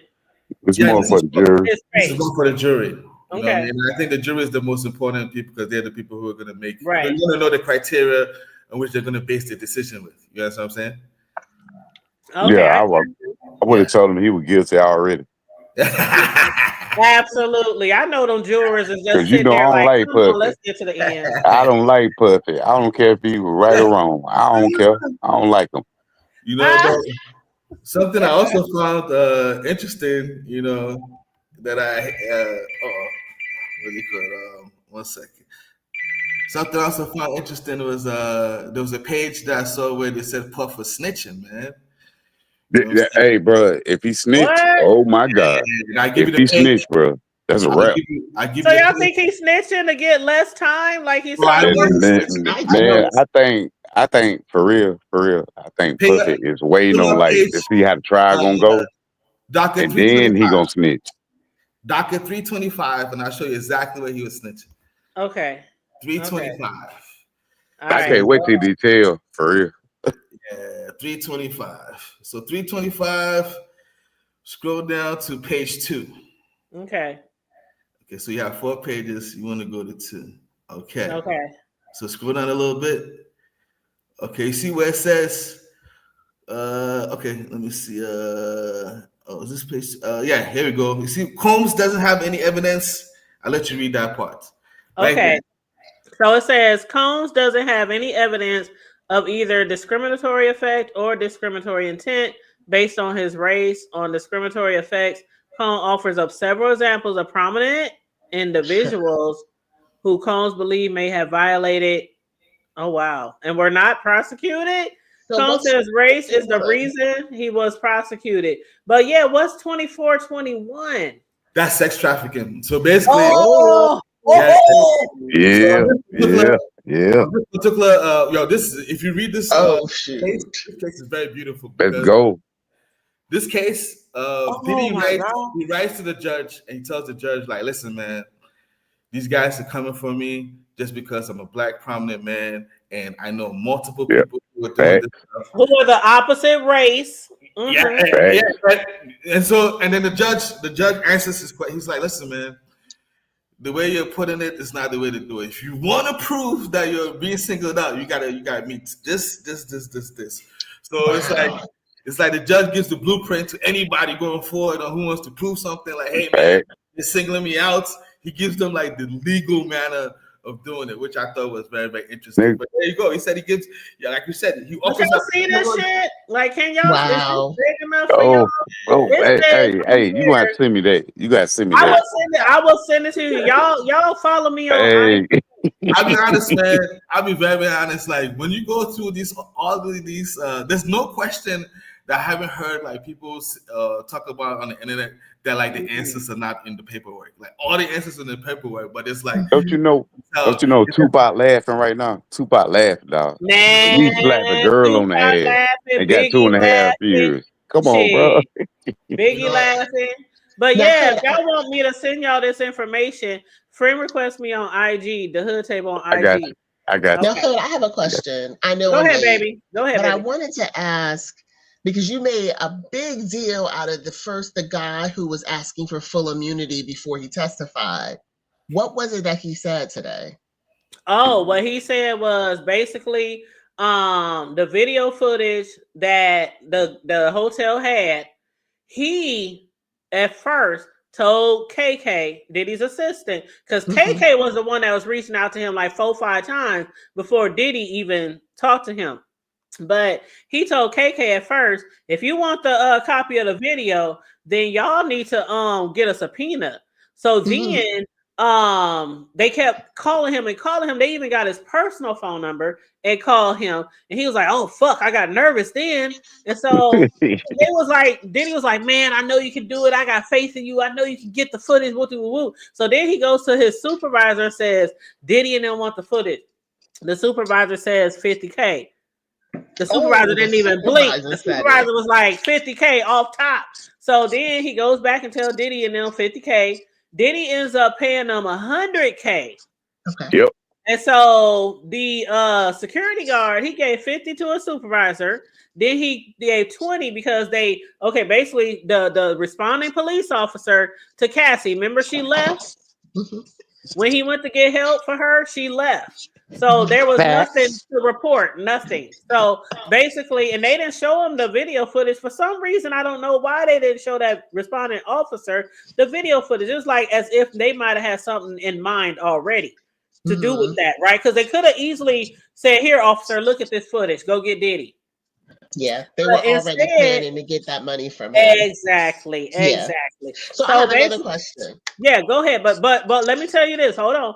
The responding police officer, Diddy said, I want the ID of you. I want the ID of your boss. And I want the ID of the responding officer because he want to make sure all three of y'all is not going to rat on me. So Diddy said, I don't think the responding officer, the one that really came there, is going to be with it. So the boss and the security guard, they went and got some other cop who was willing to do it. Wow. So this is where all the RICO comes into play also, right? So that's basically what he did. They committed fraud. They didn't report a crime. They took money to conceal a crime.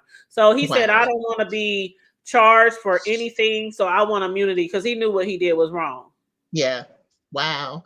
So earlier today, I was in between meetings. I was listening to Tisa Tells.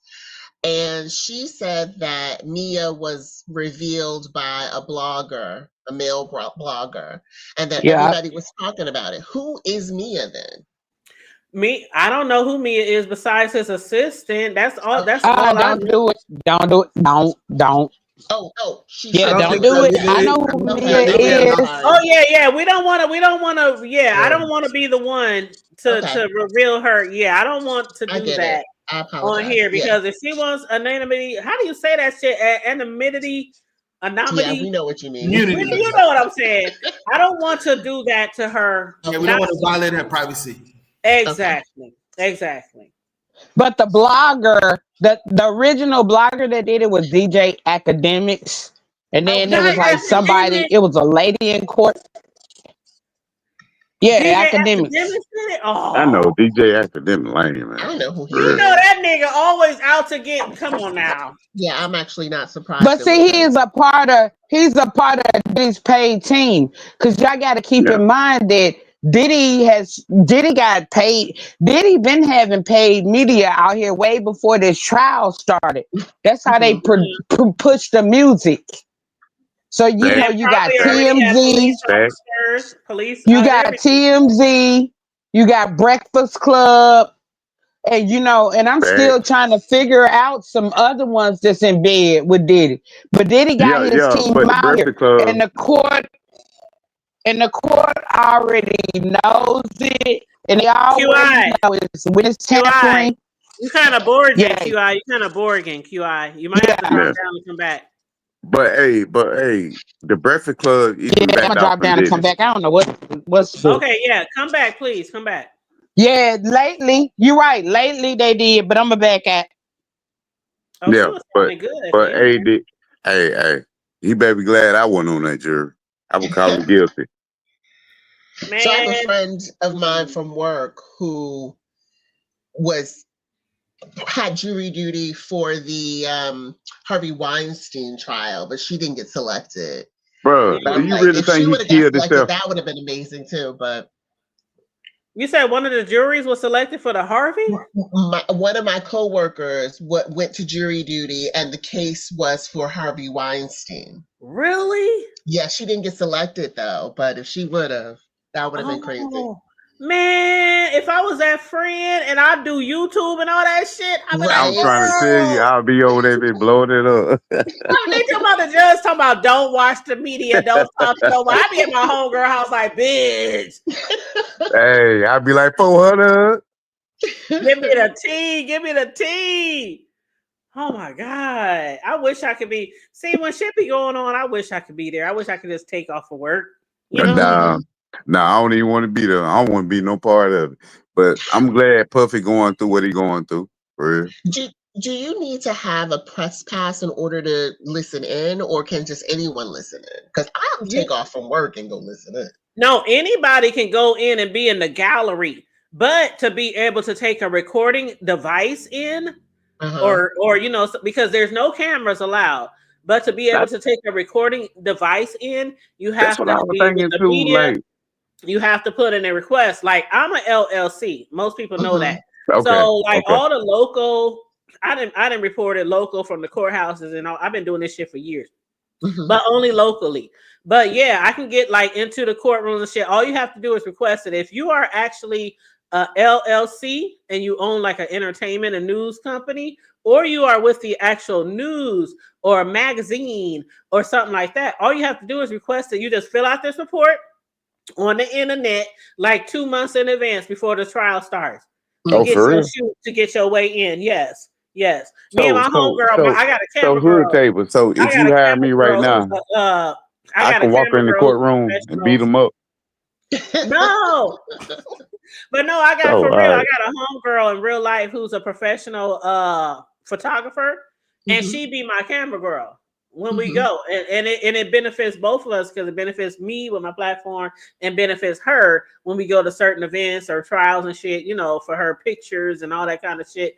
But we be up in there and we be having all our badges. And every time I get into something, I always save all my badges. And like it's a damn trophy or something. I'll be putting them in my room, hanging them up. I got badges going all the way back from all kind of events for just, you know, being with the media. But cool. if you are a YouTuber and you take your shit seriously and you LLC that shit, you absolutely can get into a lot of events, concerts, and all that shit. Sure can. So once you go ahead and hire me, you ain't gotta pay me that. Just let me get in the courtroom. You would like I don't know. See, me and you have to practice before we go to events. No, I'm talking about the Puffy trial. That's all I want to go into. The Puffy trial. Oh, the Puffy trial? That's all I want to go into. I'm gonna ride for my dog. I'm gonna still have to practice with you because I think you might show your ass. You be back there screaming and look like that lady was doing. Puffy! No, I'm gonna be walking across shoulders and everything. Who's on the stand for tomorrow? Tomorrow is Jane Doe number 2. Jane Doe. Yes, it's another victim of Diddy. She claimed that I think this is the one who the one who claimed that he had assaulted her overseas in a different island, or I forgot where they was. It's true. I think that's her. It's true. Yeah, I think that's her. Too. Yeah, it's true. Anything they say about him, true. I believe it. I absolutely believe it. I mean, we got so much shit on him. Like, we the damn investigators. I believe it's nothing that I don't believe he would do at this point. I'm telling you, they so scared of him right now. If you listen to that phone call what he had with his son and say nobody wasn't fucking with him no more, and you like, oh, okay. I'm telling you, didn't know a lot of shit. That's why he was fucking with folks like that. But you know what? When I always say, when it comes to these type of people in these secret societies, there's a lot of them. We all know that there's a lot of them. And so for Diddy to be like snitching on the opposite color folks, because his shit is in hot water, and people be saying, well, why don't Why don't nobody ever like get the white people, or why they always going in on the black people, They or do why get with the white people. Look at Jeffrey. they do get them? Look at Yes, that. they That do dude get that them. hang himself. That dude that hang himself. They killed him But because but he had too but many secrets. the thing is, it's the outcry, it's the witnesses. It like there's many people from the hood to the White House and beyond. Like our slogan, we cover everything from the hood to the White House. Yep. Everywhere you go, there's a predator. But it depends on Yeah. how many people is behind it to push that shit to get them to jail. So I Facts. really hate when people say, Facts. "Oh, But well, why they fucking with Kels? Why they fucking with Diddy? Why they fucking with Bill? They didn't do nothing. And if they did, what about the other ones?" I'm talking about. And then he got his mama sitting up there listening to that shit. Come on, bro. Are his kids no longer there, or is it just his mom? Because I know No, in it's the his beginning of the mom. trial, it was What's that boy? That Al Be Sure son? Quincy. Yeah, Yeah, Quincy. Quincy. Yeah, Yeah. man. Boy, you don't sit your light skin ass down, boy. So I think that he does that to show to put up a united front, but it looks bad. It still looks bad because you want your children to know all these horrific things you've done to people. Bro, I'm a father. I'm like, man, I don't care if my dad did whatever. Cause me and my dad just made up. I don't care nothing about that. But you ain't finna get up in, bro. And I know this dude done did all this shit. And then you like, I we agree. support the father. But then Nigga, he ain't your father. keep in mind that allegedly Quincy claims that he wasn't really in his life like that. That's why he's so much closer Look. to Diddy. Look, it really don't matter. Cause he put him in a position where he didn't have to come through like a lot of us without dads and shit. Yeah, and then also remember, I actually heard that I'll Be Sure was a part of Quincy's life, but that is just the way that they presented it to the world. Facts. Puffy is all about image.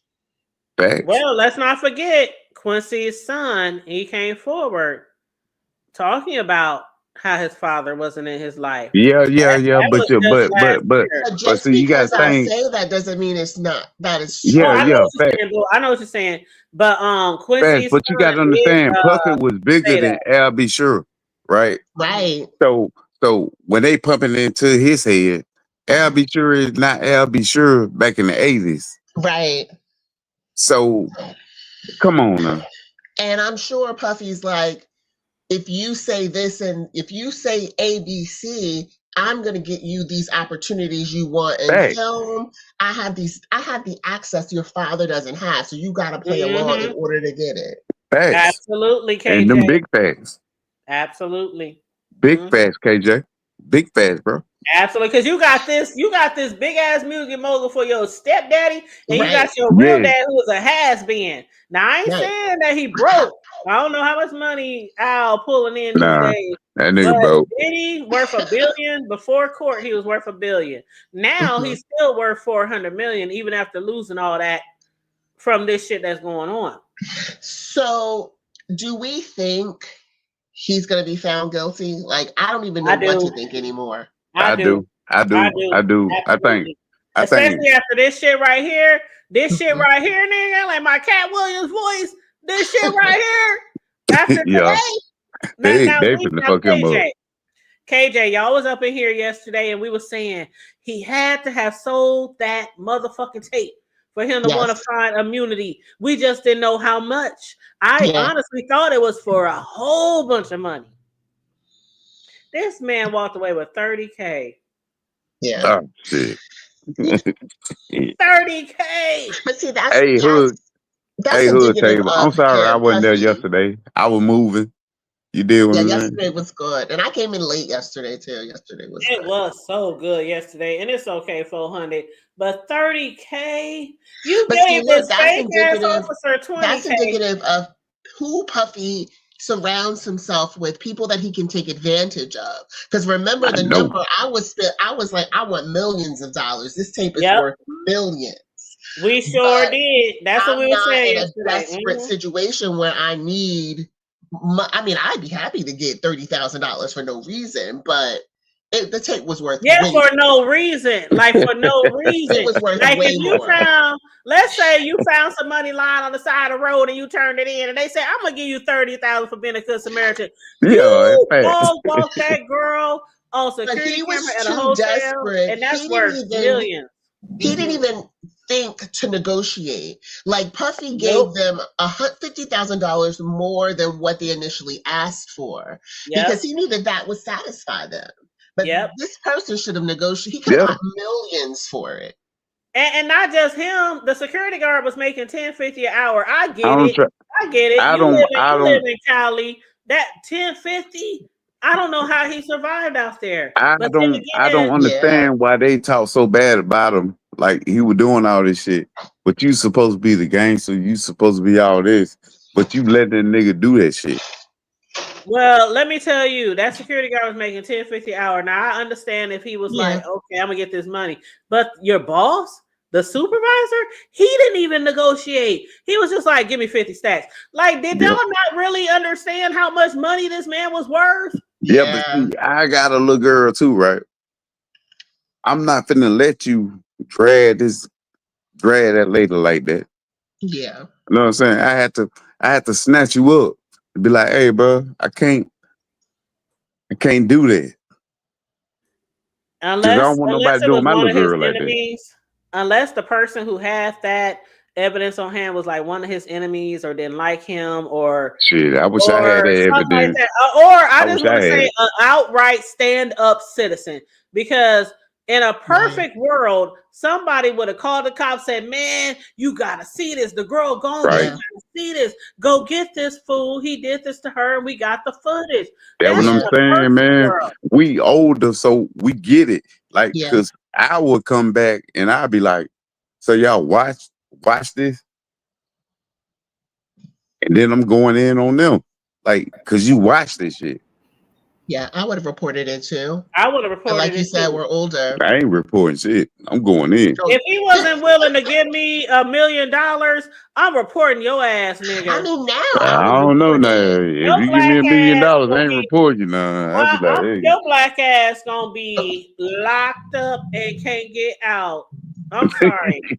You give me $1 million now. Now I listen, might y'all. let If you we're slide. talking about a regular blow Joe who gave you 30,000, okay.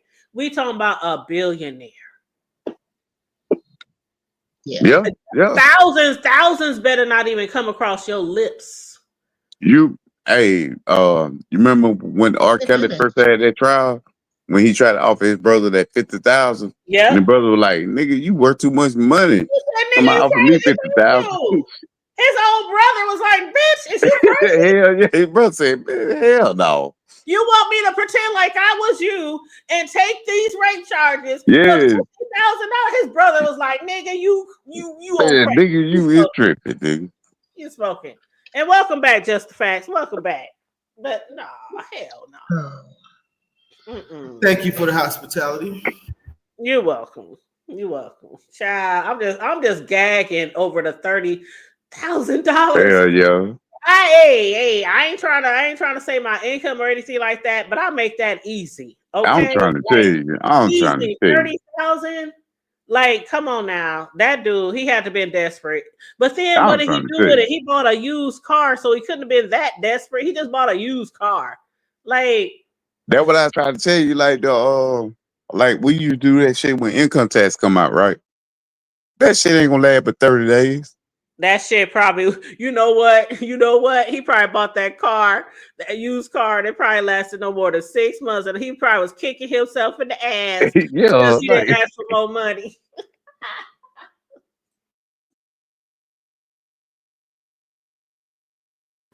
Man. You guys know the hotel settled with Cassie for $10 million though. Absolutely, and they, as they should, because when she got that whole, matter of fact, we didn't find out that until after the trial started. That Cassie, remember on like day 2 or 3, she revealed that the hotel gave her $10 million. It was right before court, so you know why they did it, because it was right before the trial start. So they figured, Yes, I let's get her remember. this money right now before we She have to got go. 10 million from them, 20 million Yep, from Puffy. Yes. yep, From yep. Diddy. But see, this is the only thing for Puffy up right here was when she did the lawsuit and he just tried to settle that shit. That was for Puffy up. Yeah, and No, you know what messed him up? When she, prior to the lawsuit, when she said, "Hey, I'm writing this book.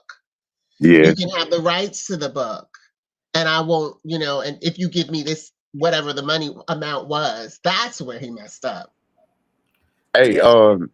that's did correct. y'all read the Kim Porter book? The whatever his name is I read that did the free first 10 pages. y'all know that's all true, right?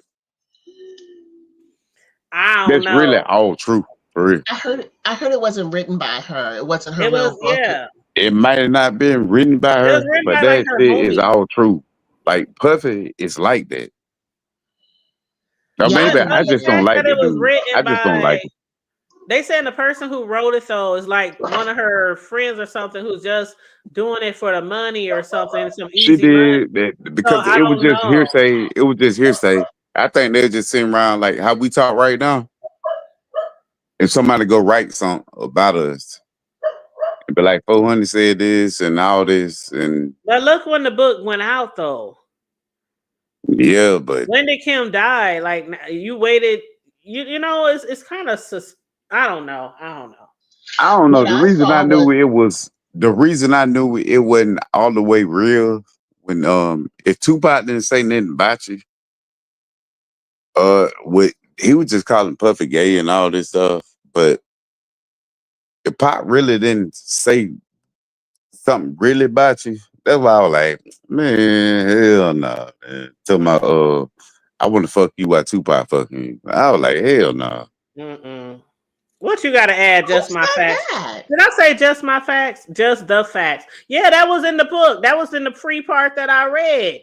He said he Oh, want to fuck just like Tupac. Fuck. That's Yeah. what Diddy told somebody. I would, man. They said Diddy. Okay, the No, he allegations said in the book is a lot of right. allegations about Diddy they being said gay. in the book he told Tupac that shit. Somebody go ahead and fuck her, cause I want to fuck her like you fuck her, cause I like the way she look when you be fucking her. I was And, like, did, and, well, and, hold the and hell on, Tupac was like, "Nigga, you got me fucked up back. on my hood." Wow. And I'm like, maybe that's why Pop calling him gay though, for real. Well, you know what? I'm actually not. When I first hear something, I'm shocked, but once it settles, I'm like, yeah, it makes sense because I grew up It do. listening to Wendy Williams, and Wendy Williams has been calling him gay for the She been longest. spilling the tea for Hold on, hold years on, hold on on, hold on, everybody. That's why hold some on, hold people on. Cause laugh you at said my her boy got ass and raped in shit. jail, which was a lie. Who said Child. that? Which was a lie. But Wendy Williams, she been spilling the tea for years, and that's why a lot Yeah. of celebrities is But glad that her Puffy got ass her fired is though. spit. Yes, Puffy got yes, her he fired. did. Yeah, chased her right into Philly. Yep. Mm-hmm. One of the things I thought was very interesting was his lawyer admitted to the government that Diddy is heavily addicted to drugs. That we already knew that. Yeah, I didn't know that. I think they all are. I I think mean, I it's think so heavily hard to addicted. believe that I'm not saying everybody in the industry is on drugs, right. but it's like putting out ice cream at a party. Everybody is taking it. That's how they roll. That's how those celebrities roll. And that's why a lot of the people, like I had mentioned last week, a lot of the celebrities who started out as young children back in the gap, they were Fact. cracked out within 5 or 6 years. And we never hear from them again. I And mean, if you go it's back, the thing they do, drugs. and listen to them kids, they will tell you, man, the industry fucked me up. You give them If like all the it fuck them kids, up. y'all, if all the kids from back in the gap was to get together and tell all their truth, man, do you know how many people in the entertainment industry and the music? Man, let's start with Justin Bieber. 'Cause Justin Bieber, man, he was a and we can go all the way back. Oh shit. Yeah. Let's start with Bieber and go all the way back. Oh shit. We can start with Bieber to reverse and start with Aaliyah to go forward. Yep. Fact. Yep. Agreed. Also, Bashir Gray, that young man that was on that. Hold on. So we're Yeah. gonna talk about Aaliyah. We're gonna talk about Foster Brown too. She wasn't but Yeah. 16, fucking around with Yeah. Jay-Z. And let's not forget, can we talk Oh, for Tevin. a Yeah. minute? Yep. Mm-hmm. The industry is horrible. Yep. Nah, man, I'm just saying, man, if you gonna call one out, you need to call everybody out. Corey Haim. Oh man, I remember when Corey Haim told his story. You know what? I used to have the biggest crush on Corey Haim. I had his picture on my wall next to like the Queen hell? Latifah and next to like, I mean, hey, I had white crushes, black crushes. I was, shit. It was equal opportunity. I had, boy, I'm telling you, next to LL Cool J, I had Corey Haim. Hell And no, hood table. other white people, shoot, back then. We say this a hood table, right? Man, I'm telling you, I had crushes. Corey is not one of the ones. I sure did. I thought he was cute. But yes, Tevin Campbell, 313. Yep. Yeah, but you know what he turned out to be. But I'm just saying, I don't have nothing against gay people. I just don't like don't hide that shit and don't disrespect people. Some You get what I'm people saying? are not born gay. Some people Yeah. are not born gay. Sometimes things happen to people to confuse them, and they end up liking what happens. Yeah, most of them be molested. But hood table. That's what I'm saying. Everybody who, like, some people believe that everybody's gay is gay. No, there are some people, just like a lot of females, they'll tell you, I ain't never wanted to be with no chick until I started getting abused by this man, or this man was doing this to me, or I got raped by my grandpa, or my, something. So everybody ain't born gay. That's because why I used to talk to a girl. She was more advanced than I was, right? But I didn't know that her and the stepdad to mess around. You get what I'm saying? Mm-hmm. Like that's why she knew more than what I Cassie knew, grace. and I was like, "Damn." That's you know why what, I KJ? I want to give Before you say that, KJ, let me just chime in on what he just said. That is why when you see these fast ass 10, 11, 12, 13, 14, 15-year-old girls walking around, and all people want to say is they fast and they just this and that, and they talk about them, it's usually because somebody got them that way. Yep. Facts. You just don't wake up one morning switching and acting fast. Somebody done had some of that, you know what? Yeah. Oh yeah, because I didn't even know like the way she grabbed me, I was like, damn, man, damn. But go ahead, You KJ. made me nervous. No, I was saying that's why it's important to give Cassie some grace, because she was exposed to a lot. And even though she did some crazy stuff, like having side relationships with the sex workers and stuff, she was exposed to some outlandish, lascivious behavior. And it opened up doors that should have never been opened. At a very young age. At a very young age. What was I doing at 19? I know I wasn't home because I had left home before I graduated. Some of y'all didn't heard that story. But I know I didn't have a spot. I was just out there doing whatever. But at 19, I was definitely not at swinging parties and watching people do hard drugs and rolling around with celebrities and on yachts. And I mean, her eyes I think she just took all this in. And keep in mind, she was at the beginning of her game, and Diddy promised her the world. Them 10 motherfucking album deals, they ain't ever gonna happen. Like the shit he promised her when they first met, it's never gonna happen. And all the shit you went through. The only thing I get with Cassie, for real, I feel the pain. I feel all that. For real, I do. But you gonna wait till 10 years later? For real. Come on. I think it fell into place the way it should have. And I'm gonna let just For my facts real? chime in. Yes, Oh, because we're gonna have a because disagreement when about we that talk one. about no, when we talk about these celebrities or these big moguls or people of high profiles, and a lot of people, we see it all the time, year to year to year. People come forward and people don't believe them, and then eventually they drop their cases because they're scared or they're ashamed or embarrassed. That video came out right on time where it should have. This was God's plan. This nigga thought he could go the rest of his life continually doing the shit that he did. And he thought that he bought his way out of prison then. That shit dropped. And then Cassie was like, okay, let's see. And you try to rape me? Well, and you raped me too? Like, the whole world saw how you abused me and kicked my ass, and then you raped me too? So yeah, nigga, fuck that shit. I want my motherfucking justice. And then everybody fell in line. It was like, if Cassie can do it, we can too. People were scared of him. Like, it's crazy. But go ahead, just my facts. I mean, just the facts. I think you guys talked about it earlier. Diddy could have nipped this in the butt as soon as Cassie's lawyer reached out and asked him if he wanted to buy the rights of the book. He should have just paid the money right there and just none of this would have happened, because it seems as if that was the straw that broke the camel's back. As soon as she filed the civil lawsuits, now the feds had that, and that's what the feds. I mean, the judge said. The judge said, all these people that you're giving up and giving examples, the only difference is that they don't have sex trafficking charges against them. You know what I'm saying? You had charges against you, so now the government had to investigate it. So he could have prevented this, and here we are. You know what I find interesting? That she gave him a chance. Like, after all of the horrible things she experienced, she said, hey, I'm going to let you buy yourself out of this. Yes. Yep. Yes. Yes. And that's why she went. And he did. He did, but it was too late. Yeah, he did too late. He called her bluff.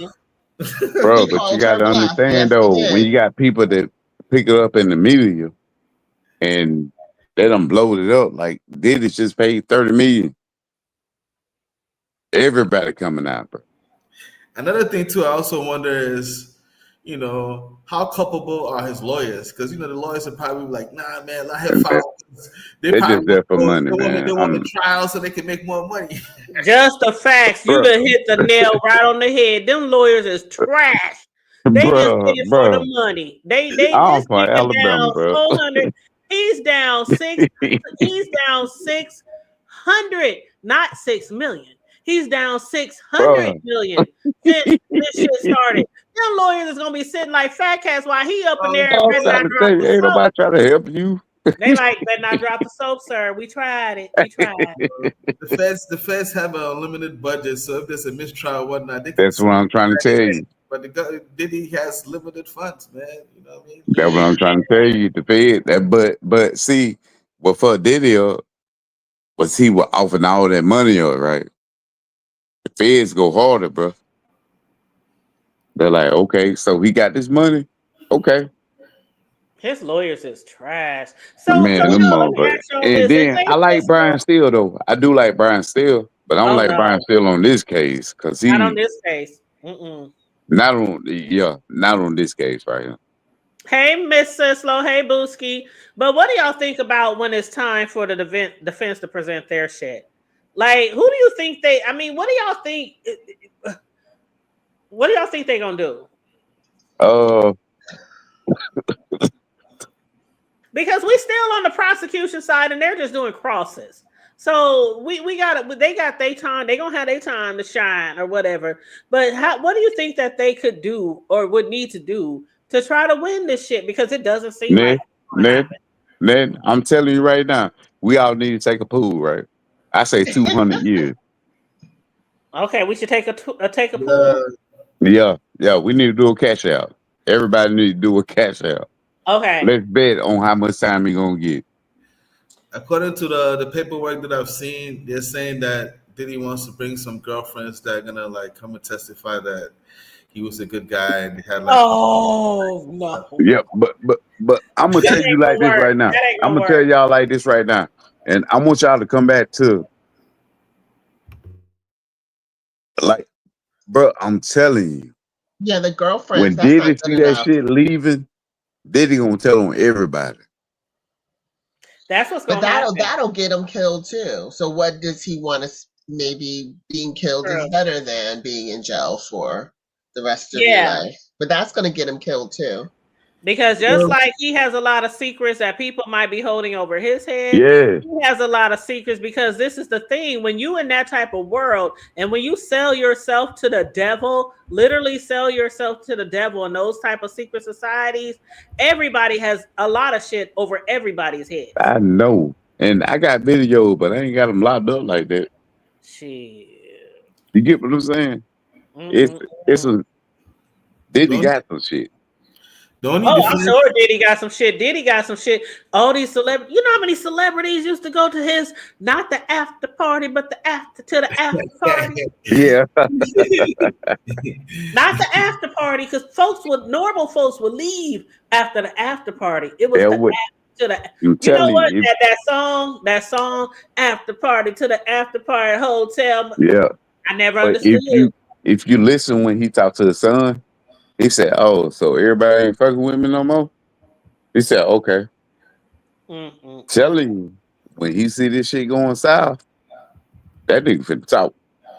the And only when he talk, but He oh my better god, go to where can he go to hide? I mean, if he gonna do all that snitching, he better be on the first train. Diddy can't go nowhere.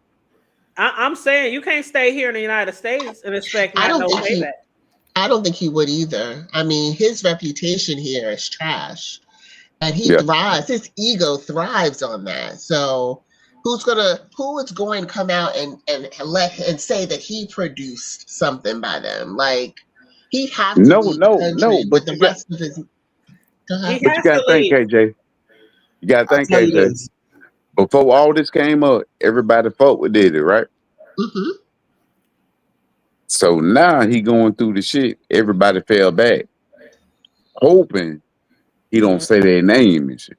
Absolutely, like Jay-Z. And he said, Yep.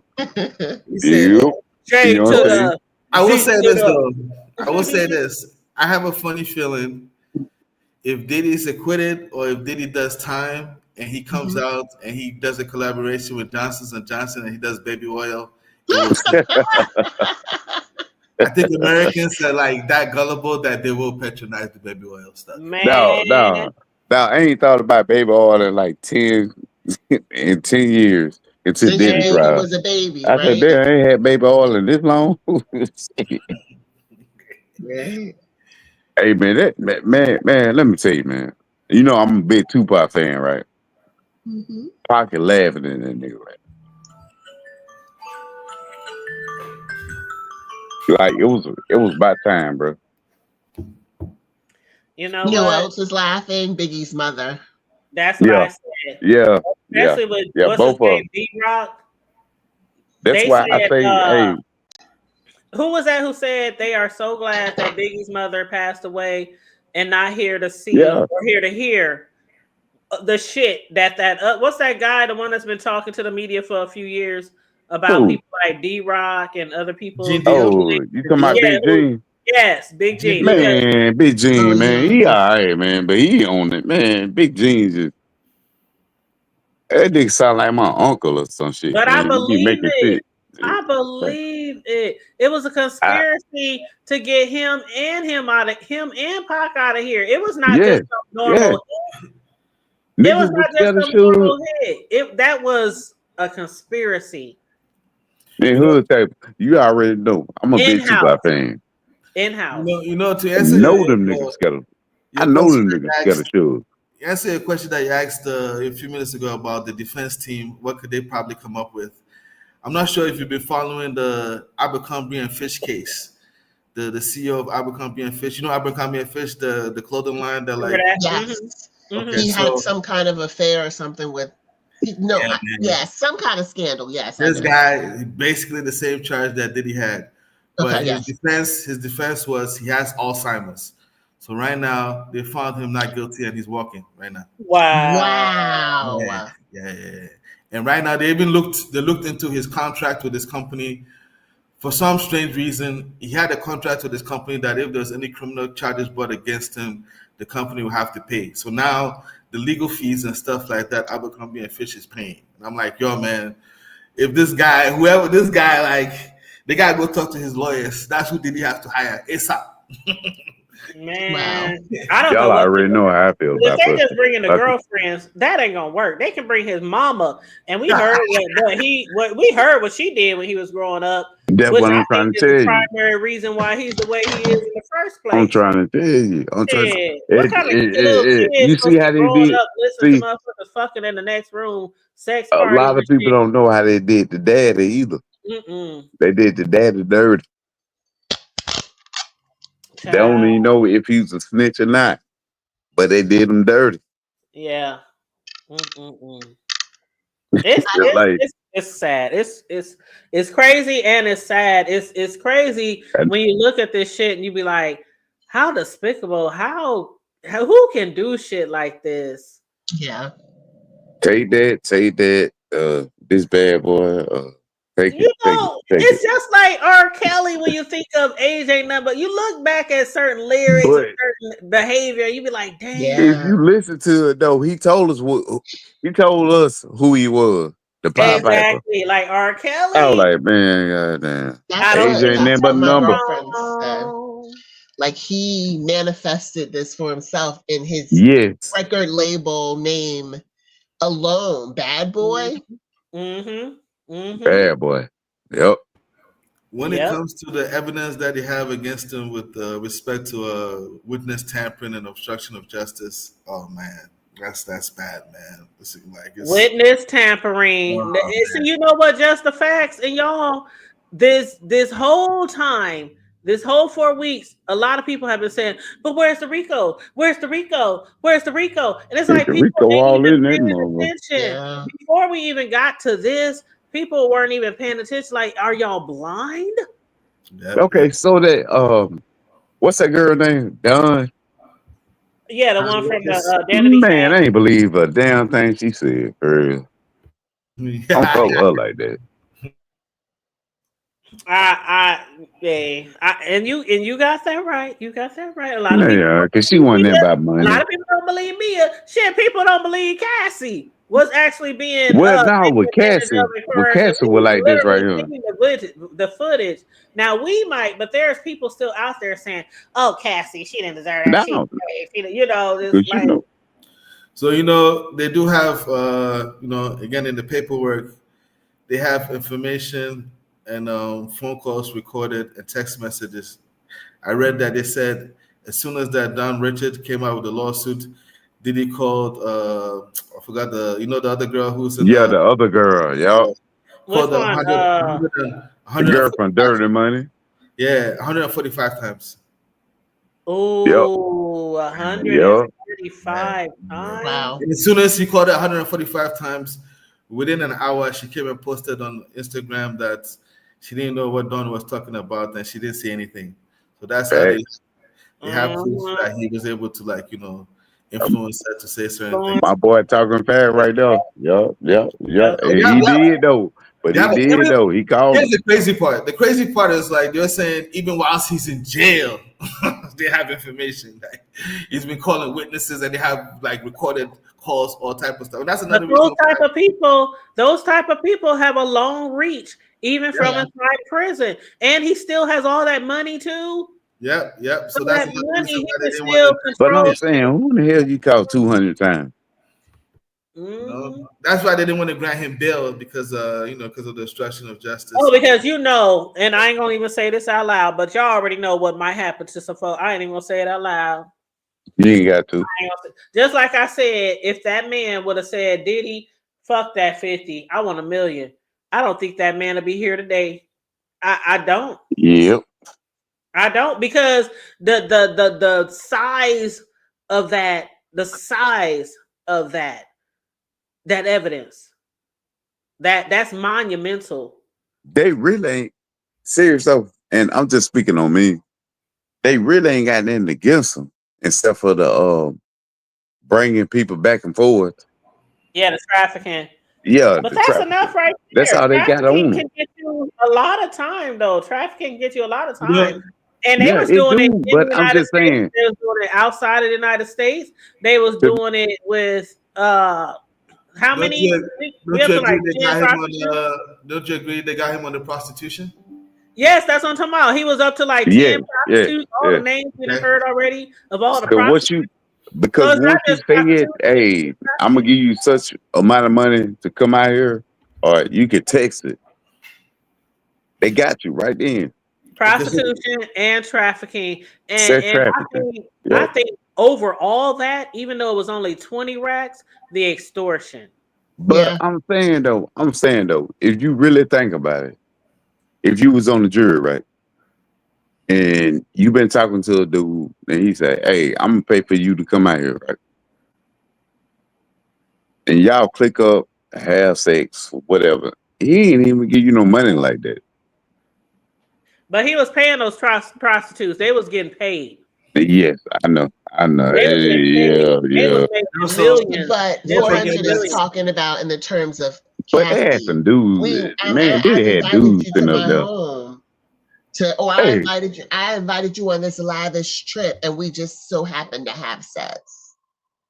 Oh How no, they yes, knew what they yes, was yes. doing when they That's the got way I there. play it now. right. That's the way Remember, I play it. remember the first time, the first prostitute when he came out there, he was told by his boss that he was just going to be dancing for a bachelorette party, and he said as soon as he got there, Cassie Man, said that was told him cold, what was man. up, and he said Diddy was That was behind a cold. door. Ooh, He ooh. said Diddy was behind a door with one of those things that those Muslim women or those those what's that ethnicity overseas? The Not Muslim, just the Muslim. the Muslim veils and stuff. Yeah, he was. They said he was under something like that, and the dude said as soon as I heard him talk, he already knew that was Diddy. And he said on top of that, I recognized Cassie. So, but I'm sure with every prostitute, but I'm they saying, first told them that in the beginning, you're just going to but come and dance. okay. Let me ask you. Let me ask the whole panel this right now. I don't know what nobody into, right? But I'm not finna sit in the chair and watch you fuck my old lady. You get what I'm saying? Mm-hmm. But that ain't his old lady. He had mentioned to his security guard. It don't matter. But listen, he had mentioned to other people, including security guards, and they testified that Cassie wasn't shit to Diddy. Yeah. Cassie wasn't shit to Diddy. Kim was his world. She was the mother of his children, and he made Right. that very clear to Yeah, but everybody. That's my woman. That's my mother. but Yeah. Cassie and these but other hoes. It's just what it is. but Cassie hood, never but Cassie spent is hood, no but nowhere. hood, time but with hood, but Diddy and hood. his But who kids, did he no put in front though? holidays.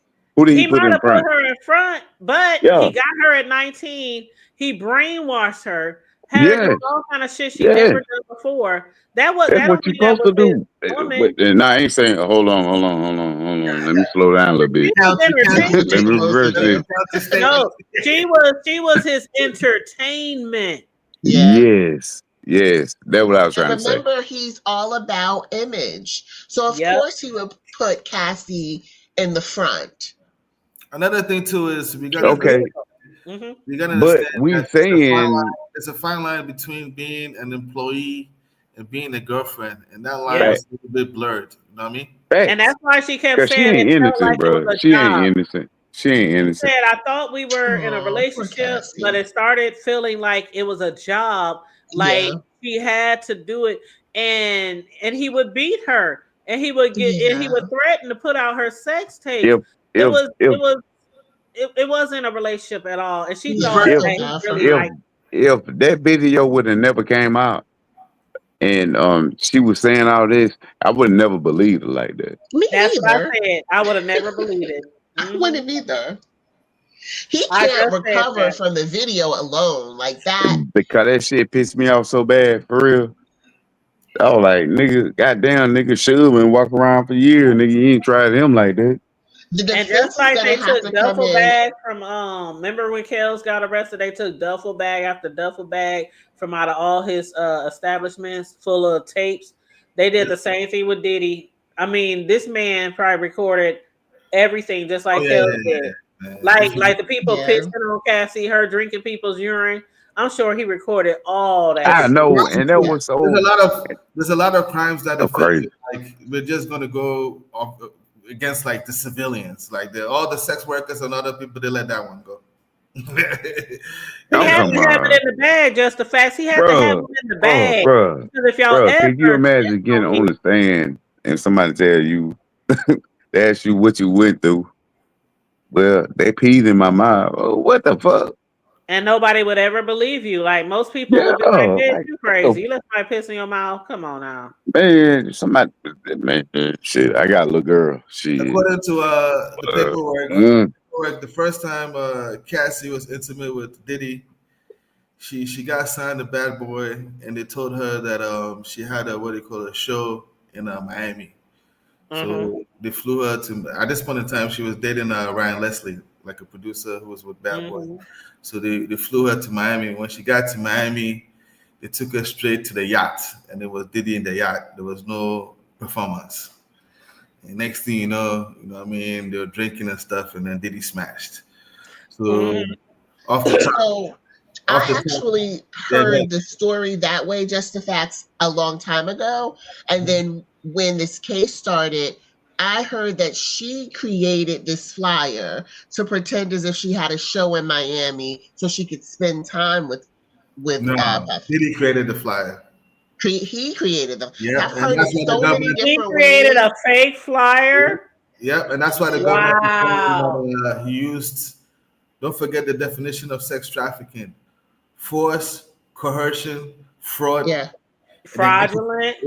interstate commerce to Oh, engage you in. know what? Just the facts. You just said something because that's you right. Because when they be trafficking, what do they tell people? Okay, hold on. Y'all know the show that I've been talking about that I've been watching, right? The Pit The pit, on yes. Max, right? So the last episode that I watched, there was this girl, and two of the doctors was trying to get through to her because they noticed that the lady who came with this girl to the hospital with her, they noticed how she was always trying to answer the girl's questions, and whenever they tried to get the girl alone, the lady was like, no, we got to stay together. And then they found out that the lady was the girl's employer, and they said, why is your employer so aggressive with us to stay here and answer all your questions? They knew right off top this is trafficking, right? Mhm. So they asked the girl, what type of job do you do, when they had finally got her away from the lady. And she says, oh, I just answer phones and I set appointments and schedules. You know what? She's trying to say that. But what they do is Right. they do hire you and they say, oh, you're going to do this, or you're going to get massages, or you're going to do nails, or you're going to. They tell them that bullshit to get them into the job, and then they traffic them. Exactly, Mm. exactly, So that's exactly. what Just the Facts was getting at with the people in the chat who might have never heard that before. He A lot of lied. people, yeah, a lot of people think sex trafficking is like you chaining somebody in like a van and like Yeah. taking them from country to country. Yep. No. That's part of it, but that's Yeah. not the entire. I'm actually looking online at the examples of RICO activities, and just based on what the prosecution has presented, he's going to jail. There's no Oh, way. I I told believe it. you. I believe it, y'all. Take Yeah. that. Yeah, he's Take going it. to jail. Take it. Because there's I no told way you the 200. defense can have people come up and say, oh, he's a really nice guy. They're going to have to take everything that the prosecution has said and flip it and say, oh, no. They could. Even part of like, I noticed that he had Cassie making all the appointments with these sex workers, Yep. but that Yo, falls He made some of under the RICO appointments himself activities too. too. back. Yep. Even though Well, Cassie might have been making all the appointments, the money came from him or Yeah, his security guards or assistants. The money never came from Cassie. right. It was through well. his direction, and You she know can prove that. I'm a Tupac fan, so I'm He trying to get a lot of it. Tupac, like I like Tupac. Tupac too. He just happy that Tupac is looking down, like Yeah. Like, you nigga, nasty motherfucker. You come trying to home, fuck nigga, me. come Now this is home. what you get. I have to drop, but I wanted to just thank you for letting me up, and this And was I a lot of appreciate fun. you, KJ. I know you said you don't never. KJ, I salute, never man, do salute, this. salute. But Well, I'll be back. 400 to tell you. Once you up here, you always welcome back. Thank Anytime. you. Thank Anytime. you. All right, I'll see you guys later. Take care. All right, love. Good night. Bye. Yes, but yes, thanks to everybody who joined us in the chat or on the panel who's been I helping was us I was, I was do trying to this put up early. commentary. Y'all been helping me do commentary. I've been bringing y'all commentary. I love the interaction with my chat and with my supporters. I really appreciate you Yeah, guys. you already And know I'm a just the facts, supporter. yes, absolutely. And just the facts, I'm gonna give you and 400 a chance if there's something last minute that you want to say, your thoughts on anything, or if you got a channel. Just the fact, do you have a channel? Yeah, No, dude. I don't have a channel. Okay. Yeah. I got a channel. Hey, hey, Hood, if you drop my link, let them subscribe. Okay, I got you. One of the things Yeah, I got a last word I want to say. Go ahead. Well, hold on 1 second. Let me just the facts. Let me let him get his out. Go ahead. Okay.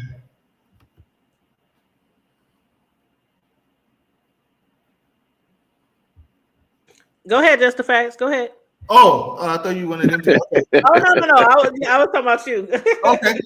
I was just gonna say, one of the things I think people might find interesting is the profile of the jurors, and I don't think we probably have time to go through it, but for the most part, I think one of the jurors is a massage therapist. He's a male from Manhattan. He's from Bronx.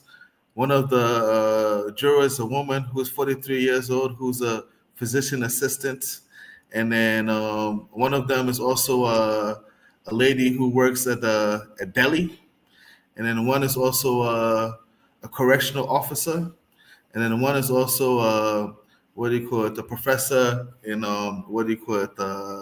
molecular biology, and so on and so forth. And I think when you look at the profiles and stuff, it's quite interesting the people that they selected.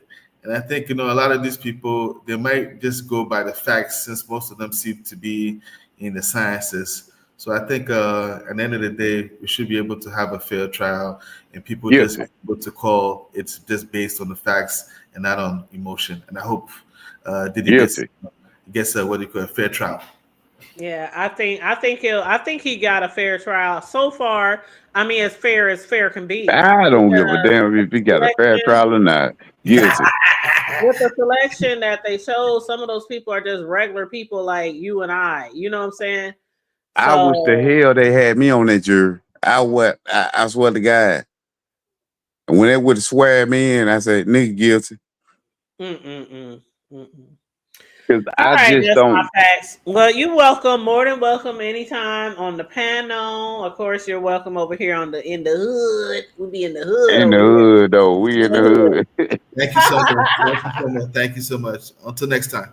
All right, I appreciate it. Hey, what's his name is? I can't see it. Just the facts. Hey, just the facts, man. Subscribe to me, man. The hood type, man. That's what I be talking about, man. We be talking about real topics and stuff. Okay, for sure. Most definitely. Absolutely. And that's why I asked you, did you have a channel? Because anytime I know somebody got a channel, I try to make sure I shout them out, support their channel, especially the ones that support me. So, that's how we get down over here.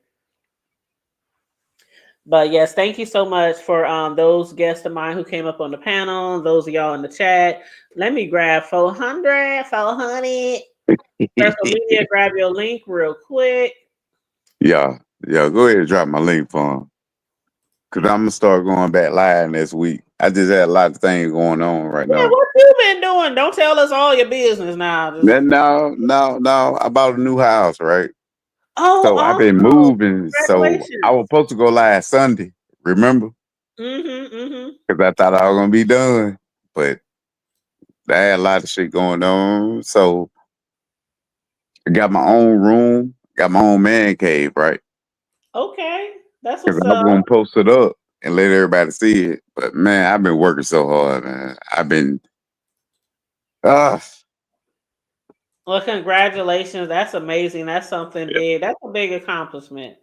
Yeah, because everybody been asking me, like, why you ain't went live in a minute? Cause shit. YouTube ain't my life. I got a whole nother life, man.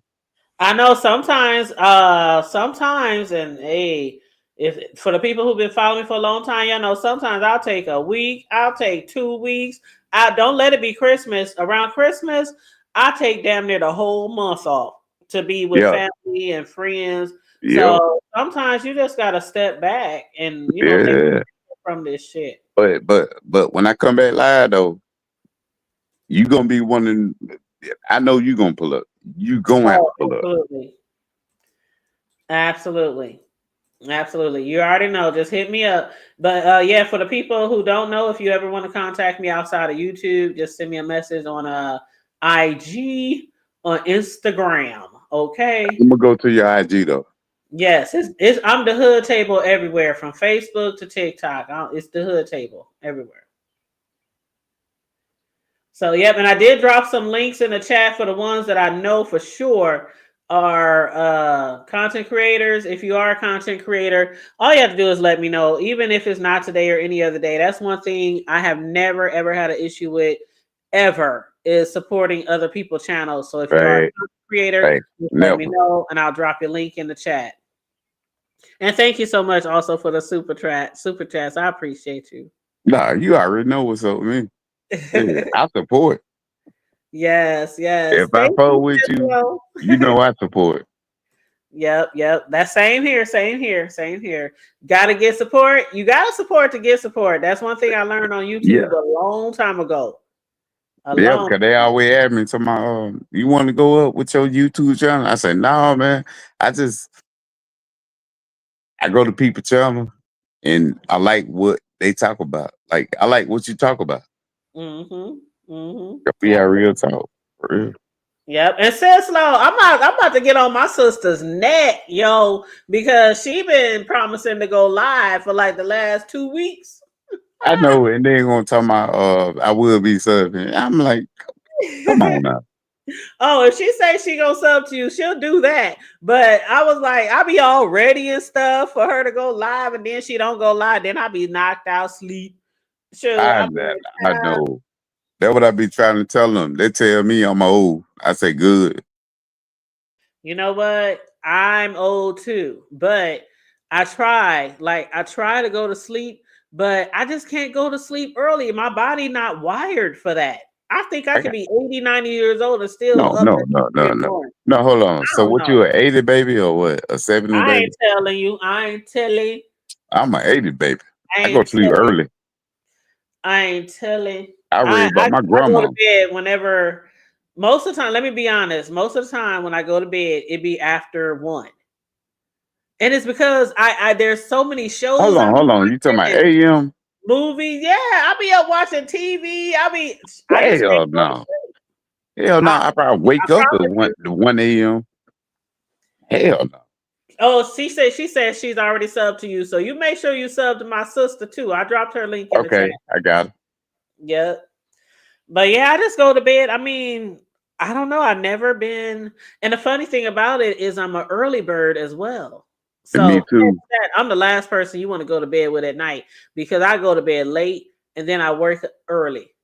Yeah, and I then can't sleep in. I can't even sleep in. I don't know what's wrong with my body. I'm just and wired. then if you listen to my line, they be like, 400, oh, he finna go to sleep, or 400 ain't woke.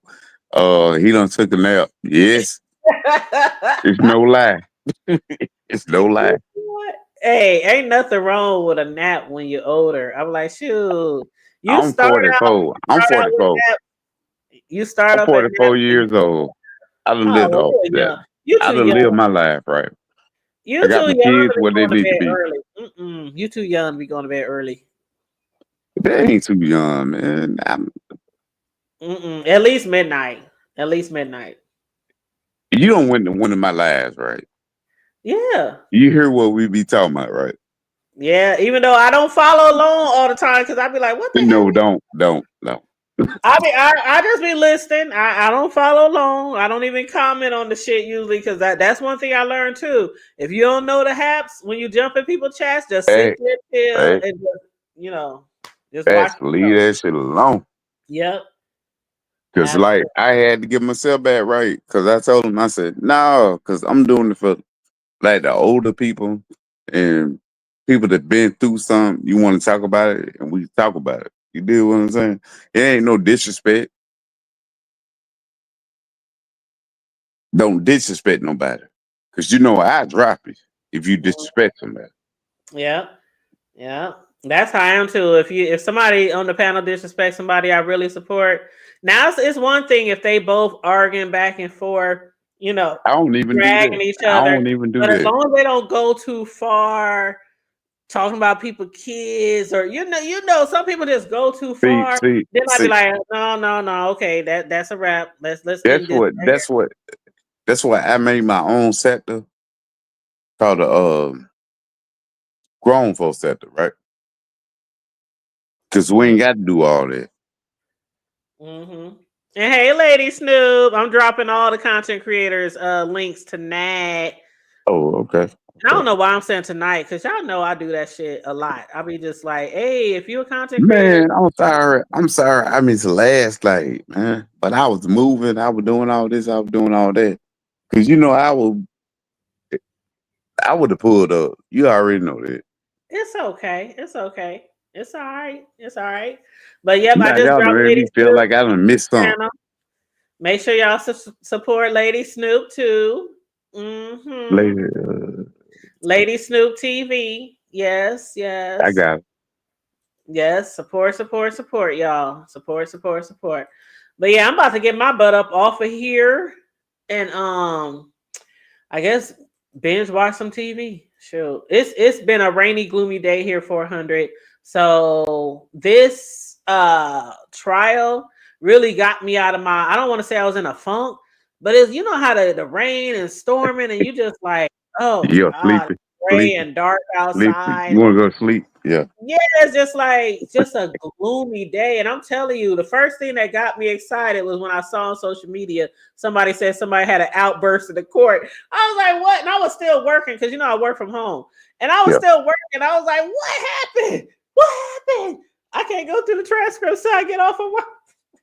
I ain't been on YouTube in like 4 days, right? And then Yeah.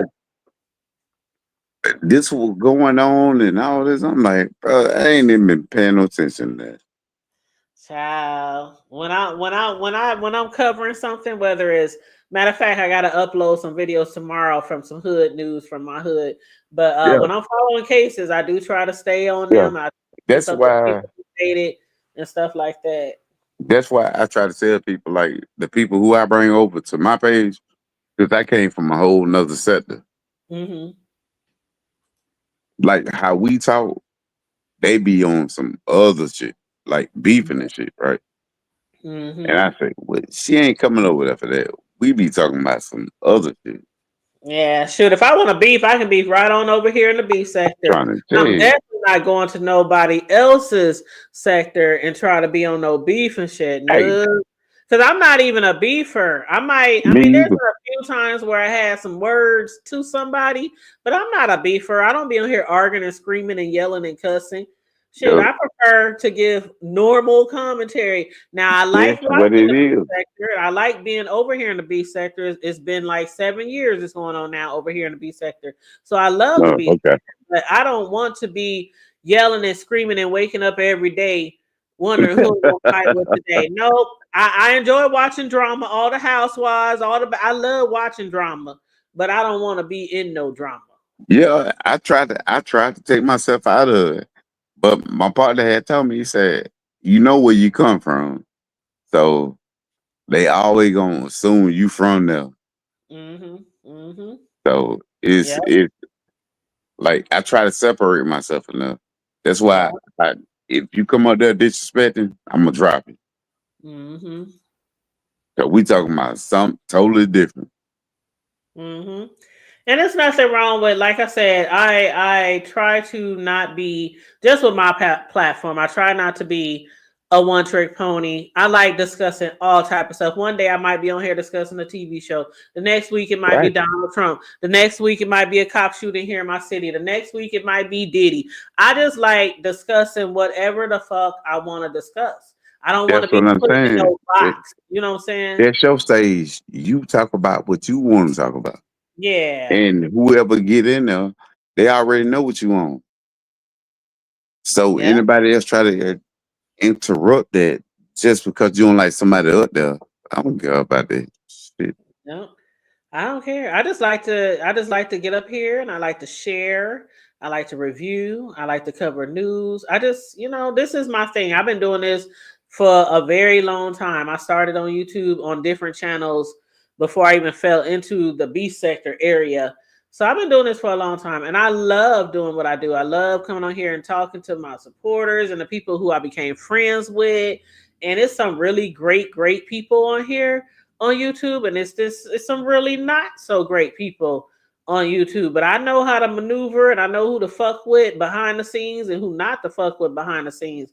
You got to be careful who you get too close to on here, and who you share with on here, and how much you Fact, share. But fact, you gotta be careful. It's not, and especially it's not like you can see those people in the street fact. And normally. what I always tell them, I say, cause they say that they record phone calls and stuff, right? I say, whatever I say, I can say it again. And I Yep. say what I mean. So I Yep. don't, so when somebody brings something up, well, you said this, I don't give a fuck. I said it. And what now? If we gonna work past it, I or don't that's talk on to you. everybody. I don't talk to everybody behind the scenes. It's about, I want to say it's probably about 5 people altogether that I I talk know, I to don't behind the scenes. And a couple of them are really, really close, like them, my dogs, like been knowing them for yeah, years yeah, on yeah, here. yeah. But no, You gonna have your you close got to to be really skeptical. You got to have your eyes open because some people will try to get close to you to get close to you. And that's one thing. I don't I'm not a very super private person because I do share and get on here. Sometimes I do share and sometimes I might share a little bit too much, yeah. be transparent. But That's what I you just said gotta too. be careful. You gotta be careful. That's what I said too. And I said, whatever I do, I stand on it, right? I don't give a fuck what happened. I stand on it. And people really back off from then. Cause I don't care. I said it, I stand on it. If I showed it, I stand on it, right? Hmm. And they just back off. Like that's the way I like it. Cause I ain't for that. Like it took me a long time to get this YouTube shit for real. Hmm. I ain't One understand these thing you gotta people. do is definitely do YouTube for you. I learned that too because some people will try to navigate your channel for you or navigate your platform for you. Some Yeah, people like, oh, why you talking about this? Why you talking about that? I ain't here for this. I ain't here for that. You gotta do yeah, YouTube for you. yeah. Don't let Because anybody else control your platform or try to, make your moves for you and stuff like yeah, that. because I went back to my old videos, I deleted them. Because the hood table, if you wouldn't know me from back then, you've been like, God damn, that 400, he's so violent. I'm talking about violent. We cussing and fussing and stuff. And I'm like, man, I'm not gonna do this shit with you. And And you we know ain't even what? gonna see each other. Trust me, I done seen it all over here. I done seen people do mock funerals for people's parents. I done seen people run up to people's schools. I done seen people. Yeah, Uh, that's crazy. I mean, we done seen it all over here in the B sector. Like we done seen it all. So there's nothing that you could do on your platform that would probably make me gag or anything. Because once you in the B sector and you experience that for years and you see all the shit people do to each other, child. See, see, Could nothing else shock I me or think with me, it was about like the women, like, well, I come from the opposite sector, right? Everybody want to be number one. But why you gotta be number one? We all cool. We all just kicking it, just chill. And that when them problems come. that's why you gotta leave some people on YouTube. Yeah, But I would never tell anybody how to run their channel. Never. Because I don't want people to tell me how to young. I can give advice and say what I've been through or what I experienced or what I yeah, see. me too. But Definitely run your channel the way you see fit, but also protect your channel because people lose their channels every day over some bullshit. Well, I ain't got but one more time to mess up. You know they gonna get me. So that's why I be chilling. Yeah, you gotta protect your channel because there's all them haters out there, all the trolls, Yeah. and it's been people losing their channels over here lately, and it's yeah. See, I ain't know nothing about no beat sector until you just told me about it. It's been going strong ever since the Kaya and T.S. Madison beef. That's how I kicked off the B sector. That's See, what I don't helped know. stimulate the B sector. Yep. See, I don't be doing it. I just got on YouTube maybe a year ago. Maybe a year. Oh yeah. So I don't be knowing about nothing. I didn't even know I was in the sector. I'm from Alabama. That's what I tell them. I'm from Alabama, man. I don't care nothing about none of this shit. What y'all got going on? Shit.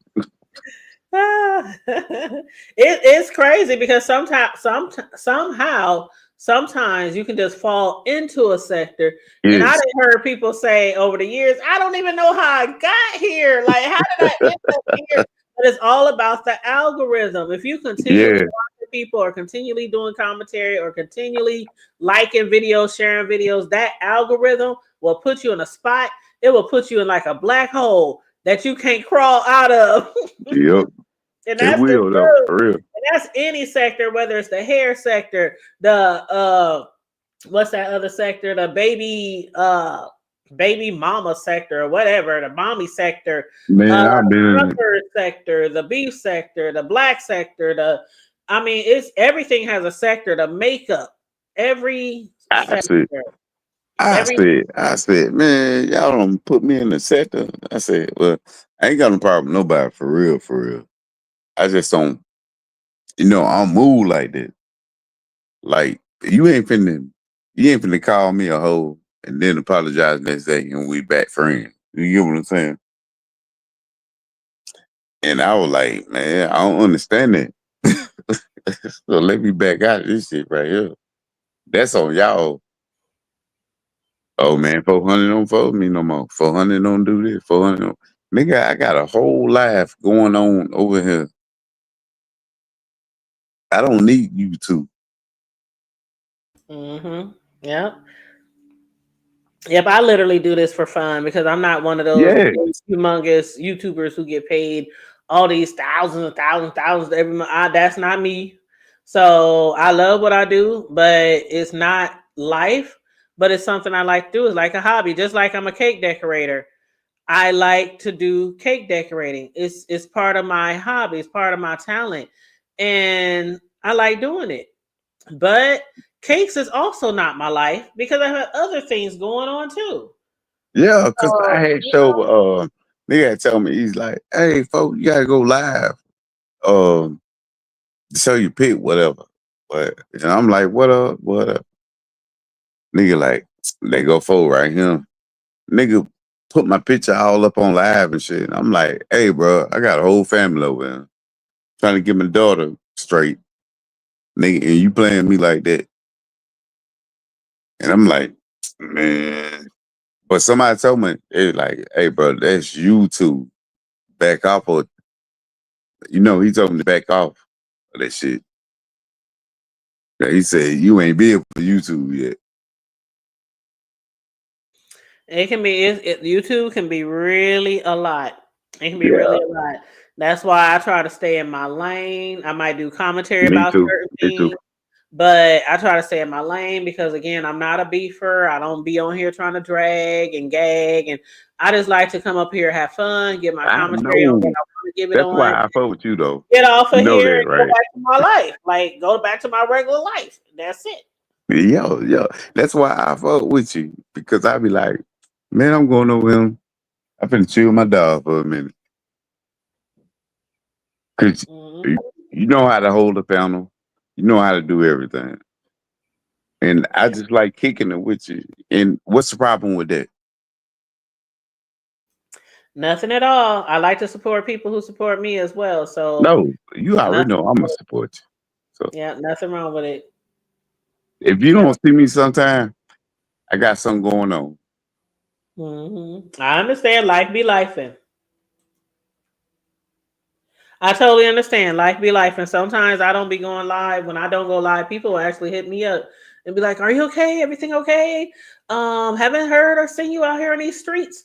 Because again, sometimes you have to take breaks. Don't be scared to take breaks. No matter how much your channel is popping or not popping, you Yeah, always have to take breaks. Just like a real regular job, you take vacations, you have sick days. Do the same thing with social media. Like I know. you can still be on social media without being on social media. Like just because I'm not hitting my live button doesn't mean that I might not be watching some shit. So sometimes you just gotta pull back a little bit and take a Yeah, breather. and say this. From last Friday, I ain't popped out, I ain't did nothing because I had my own situation going on while I'm doing moving and all that. There ain't nobody business. So yours the first one I popped up on. Like I gotta holler at my dog. I gotta holler. That my dog Yeah, right because there. I you've been mentioning accent. People like, where are you at? 400. But yeah, it's always good to see you in the chat. I always love to see my supporters in the chat, the people I'm really fond of. yeah, But yeah, you just gotta, it's YouTube. Just keep in mind it's social media. So shit that happened on always. here, it's gonna always be on here, and keep that in mind too. Whatever you put out here, sometimes it's gonna be around here forever and ever, ever, and ever, That ever. ever, So ever, be careful what you ever. do on here as well. But I'm about to get my butt off of here. I Okay, need to go to the ladies' room and get me a drink. okay. Put Salute to something in my you. belly. Salute to you. Once I learn how Salute to to share your you. page, I'm gonna share it on my community wall. All right, I appreciate that. And I appreciate Nah, all of you guys. Thank but you so much I for the fuck with you support. though. I fuck with you too. All All right, right, good night. You have a good evening. you too. All right. But yes, you guys, thank you so much for tuning in, and for those who have stayed to the very end, or some of y'all who even was dipping in and out. I appreciate y'all too. Make sure you guys, especially on the replay gang, make sure y'all like and share the video. Please and thank you very much. Hit subscribe, hit the notification bell, join the membership, donate to the platform, $ the hood table 402, or hit the super chat. And thank you again for the super chats today. I really appreciate you. And I'm about to be out of here, you guys. Enjoy the rest of your evening. Stay safe, be blessed, remain vigilant at all times. Oh yeah, don't forget. Tomorrow, when we do go live for the Diddy Day 16 recap, Jane Doe #2 is going to be on the stand. She is going by Jane Doe, and she will be testifying about some horrible things that Diddy did to her. So that's what we're going to recap tomorrow. I'm going to get all the transcripts like I always do after work. And I'm not going to go through the transcripts until I come live with you, so I can be authentic with you guys in my opinions and my reactions. Okay. But yeah, so anyway, like, share, and subscribe. Stay safe, be blessed, remain vigilant at all times, and always remember to keep it hood. I'm out. Bye.